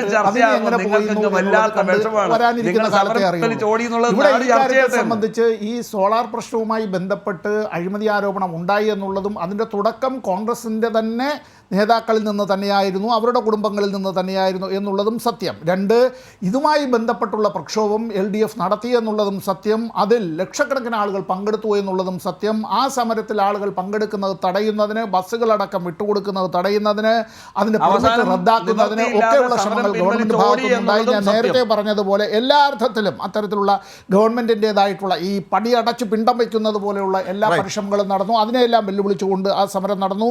അത് ജനങ്ങളിലേക്ക് രാഷ്ട്രീയ മുദ്രാവാക്യം എത്തിക്കാൻ കഴിഞ്ഞു. ജുഡീഷ്യൽ അന്വേഷണം ഉണ്ടായി. ഈ പറയുന്നതായിട്ടുള്ള ഗവൺമെൻറ്, UDF ഗവൺമെൻറ് അധികാരത്തിൽ നിന്ന് പുറത്തുപോയി. LDF ഗവൺമെൻറ് വലിയ ഭൂരിപക്ഷത്തിൽ അധികാരത്തിൽ വരികയും വീണ്ടും അധികാരത്തിൽ വരികയും ചെയ്തു എന്നുള്ളതും സത്യം. ഇപ്പോൾ ഇതുമായി ബന്ധപ്പെട്ടുള്ള ചർച്ചകൾ എന്നുള്ളത് കോൺഗ്രസിൻ്റെ കേരളത്തിലെ സംഘടനാപരമായ അപചയത്തിൻ്റേതായിട്ടുള്ള അത്തരം ചർച്ചകളിൽ നിന്ന് ഒരു പക്ഷേ ഇത് മറ്റു പല കാര്യങ്ങളിലേക്കും വ്യാഖ്യാനങ്ങളിലേക്കും ഒരു പക്ഷേ തിരിച്ച് ശ്രീ ജോൺ മുണ്ടക്കയം നാട്ടിലെത്തിക്കഴിയുമ്പോൾ ഇത് സംബന്ധിച്ചുള്ള കൂടുതൽ കാര്യങ്ങൾ. ശ്രീ ജേക്കബ് ജോർജ്, അപ്പോൾ ഇങ്ങനെയുള്ള ഘട്ടങ്ങളിലൊക്കെ മനോരമ രക്ഷയ്ക്കെത്തി. ഇപ്പോൾ മനോരമയിൽ ഇരിക്കുന്നത് പോലെ തന്നെ ജോൺ മുണ്ടക്കയം അതിലൊന്ന് ഇടപെട്ടു. പക്ഷേ അത് മറ്റുള്ളവരുടെ വാർത്താ സമ്മേളനങ്ങൾ എടുത്തു വെച്ച് നമ്മൾ നോക്കുമ്പോൾ അതിനകത്ത് സത്യാവസ്ഥ ഉണ്ടോ ഇല്ലോ എന്നുള്ള സംശയമുണ്ട്. പക്ഷേ മനോരമയുടെ രാഷ്ട്രീയ താല്പര്യം ഇവിടെ വ്യക്തമാകുന്നു എന്നാണ് ഇതിൽ നിന്ന് നേരത്തെ സമ്പത്ത് പറഞ്ഞതിൽ നിന്നൊക്കെ മനസ്സിലാകുന്നത്. പക്ഷേ ഇത് ജോണിന് ഇപ്പം മനോരമയായിട്ട് ബന്ധമില്ല. അദ്ദേഹം അവിടെ നിന്ന് സർവീസിൽ നിന്ന് പിരിഞ്ഞയാളാണ്. യാത്രയപ്പേരൊക്കെ ഞാനും പോയതാണ്, ഞാനും പ്രസംഗിച്ചതാണ്. അത് പോട്ടെ, അത് അദ്ദേഹവും അവർ രണ്ടുപേരും തമ്മിൽ ബന്ധമൊന്നുമില്ല. ഇത് ജോണിൻ്റെ മാത്രം അഭിപ്രായം ആണ്, അദ്ദേഹത്തിൻ്റെ കാഴ്ചപ്പാടാണ്. അദ്ദേഹത്തിന് ഉമ്മൻചാണ്ടിയുമായിട്ടും ആ കുടുംബവുമായിട്ടും ഒക്കെ നല്ല ബന്ധമുണ്ട്. അത് വ്യക്തിപരമായ ബന്ധമാണ്. എന്തുമാവട്ടെ, അത് അദ്ദേഹത്തിൻ്റെ സ്വാതന്ത്ര്യമാണ്, അദ്ദേഹത്തിൻ്റെ അവകാശമാണ്. നമ്മളതിനെ ചോദ്യം ചെയ്യേണ്ട കാര്യമില്ല. സമരങ്ങളെക്കുറിച്ച് നമ്മുടെ ബഹുമാനപ്പെട്ട അൽബോസ് പറഞ്ഞു. അൽബോസെ, കേരളത്തിലെ എല്ലാ പാർട്ടികളും വലിയ വലിയ സമരങ്ങളിലൂടെയാണ്, ചെറുതും വലുതുമായ അനേകം സമരങ്ങളിലൂടെയാണ് ഇന്ന് കേരളത്തിൽ ഇങ്ങനെ എത്തി നിൽക്കുന്നത്, 2 മുന്നണികളായിട്ട് നിൽക്കുന്നത്. 2 മുന്നണികൾ എന്ന് മാത്രമേ ഞാൻ പറയുന്നുള്ളൂ. അതുകൊണ്ട് സമരം പ്രഖ്യാപിക്കുന്നതും സമരം ചെയ്യുന്നതും സമരം ചെയ്യാനൊരു അജണ്ട മുന്നോട്ട് വെക്കുന്നതും ആ അജണ്ടയിൽ ഒത്തുതീർപ്പിൻ്റെ ഭാഗമായിട്ട് 1-2 വിഷയങ്ങൾ കളയുന്നതും ശരി സമ്മതിച്ചിരിക്കുന്നു എന്നൊക്കെ പറയുന്നതും ഒരു മേശപ്പുറത്തിരുന്ന് ഒത്തുതീർപ്പ് ചർച്ച നടത്തുന്നതും ഒന്നും കേരളം ആദ്യമായിട്ട് കാണുന്നതല്ല. ആ സമരത്തിൽ ആരെങ്കിലും ഭാഗത്ത് ഏതെങ്കിലും ഭാഗത്ത് ഒത്തുതീർപ്പുണ്ടെന്ന് ഞാൻ കരുതുന്നില്ല. അത് മാന്യമായിട്ടുള്ള ഒത്തുതീർപ്പായിരുന്നു, അത് മാന്യമായിട്ടുള്ള ഒത്തുതീർപ്പായിരുന്നു എന്ന് തന്നെയാണ് എനിക്ക് തോന്നുന്നത്. അതിന് ഫലം നേരത്തെ ജേക്കബ് ജോർജ് അവസാനിപ്പിക്കും. നേരത്തെ നമ്മുടെ സമ്പത്ത് പറഞ്ഞതുപോലെ പിന്നീട് ഭരണം പിടിച്ചെടുത്തു, രണ്ടാമത് വീണ്ടും ഭരണം പിടിച്ചെടുത്തു. അതൊരു സമരത്തിൻ്റെ വിജയമാണെങ്കിൽ തീർച്ചയായിട്ടും അത് ആ സമരത്തിൻ്റെ വിജയം തന്നെയാണ് എന്ന് തന്നെ കാണാം. അത് ഞാൻ അങ്ങനെ അവകാശപ്പെടുന്നില്ല. പക്ഷേ ഒരു സമരം നടന്നു, സമരത്തിന് ശേഷം നടന്ന തെരഞ്ഞെടുപ്പിൽ ആരെ തുണച്ചു എന്നുള്ളത് നമ്മൾ കണ്ടതാണ്. അത് CPM പറയുന്നിടത്ത് തന്നെയാണ് കാര്യങ്ങൾ. ഇപ്പോൾ തെളിവുകളും ഒക്കെ CPM-ഉം LDF-ഉം പറയുന്നിടത്ത് തന്നെ കാര്യങ്ങൾ എത്തി നിൽക്കുന്നു. അത് കോൺഗ്രസിൻ്റെ രാഷ്ട്രീയത്തെ തന്നെയാണ് വീണ്ടും ചോദ്യം ചെയ്യുന്നത്. സോളാർ എപ്പോഴൊക്കെ ആണ് പൊങ്ങി വരുന്നത് എന്നുള്ളത് ഒരു ഗവേഷണ വിഷയമായി തന്നെ ഇപ്പോഴും അവശേഷിക്കുകയും ചെയ്യുന്നു. അവിടെ ജോൺ മുണ്ടക്കയത്തെ പോലുള്ള മാധ്യമപ്രവർത്തകർ എന്താണ് ഉദ്ദേശിച്ചത് എന്ന് അദ്ദേഹം തന്നെ നാട്ടിലെത്തി തിരിച്ച് പറയും എന്നാണ് മനസ്സിലാകുന്നത്. വളരെ നന്ദി ചർച്ചയിൽ ചേർന്നതിന് doctor Sampath, advocate Anil Bose, Jacob George. News and views അവസാനിക്കുകയാണ്.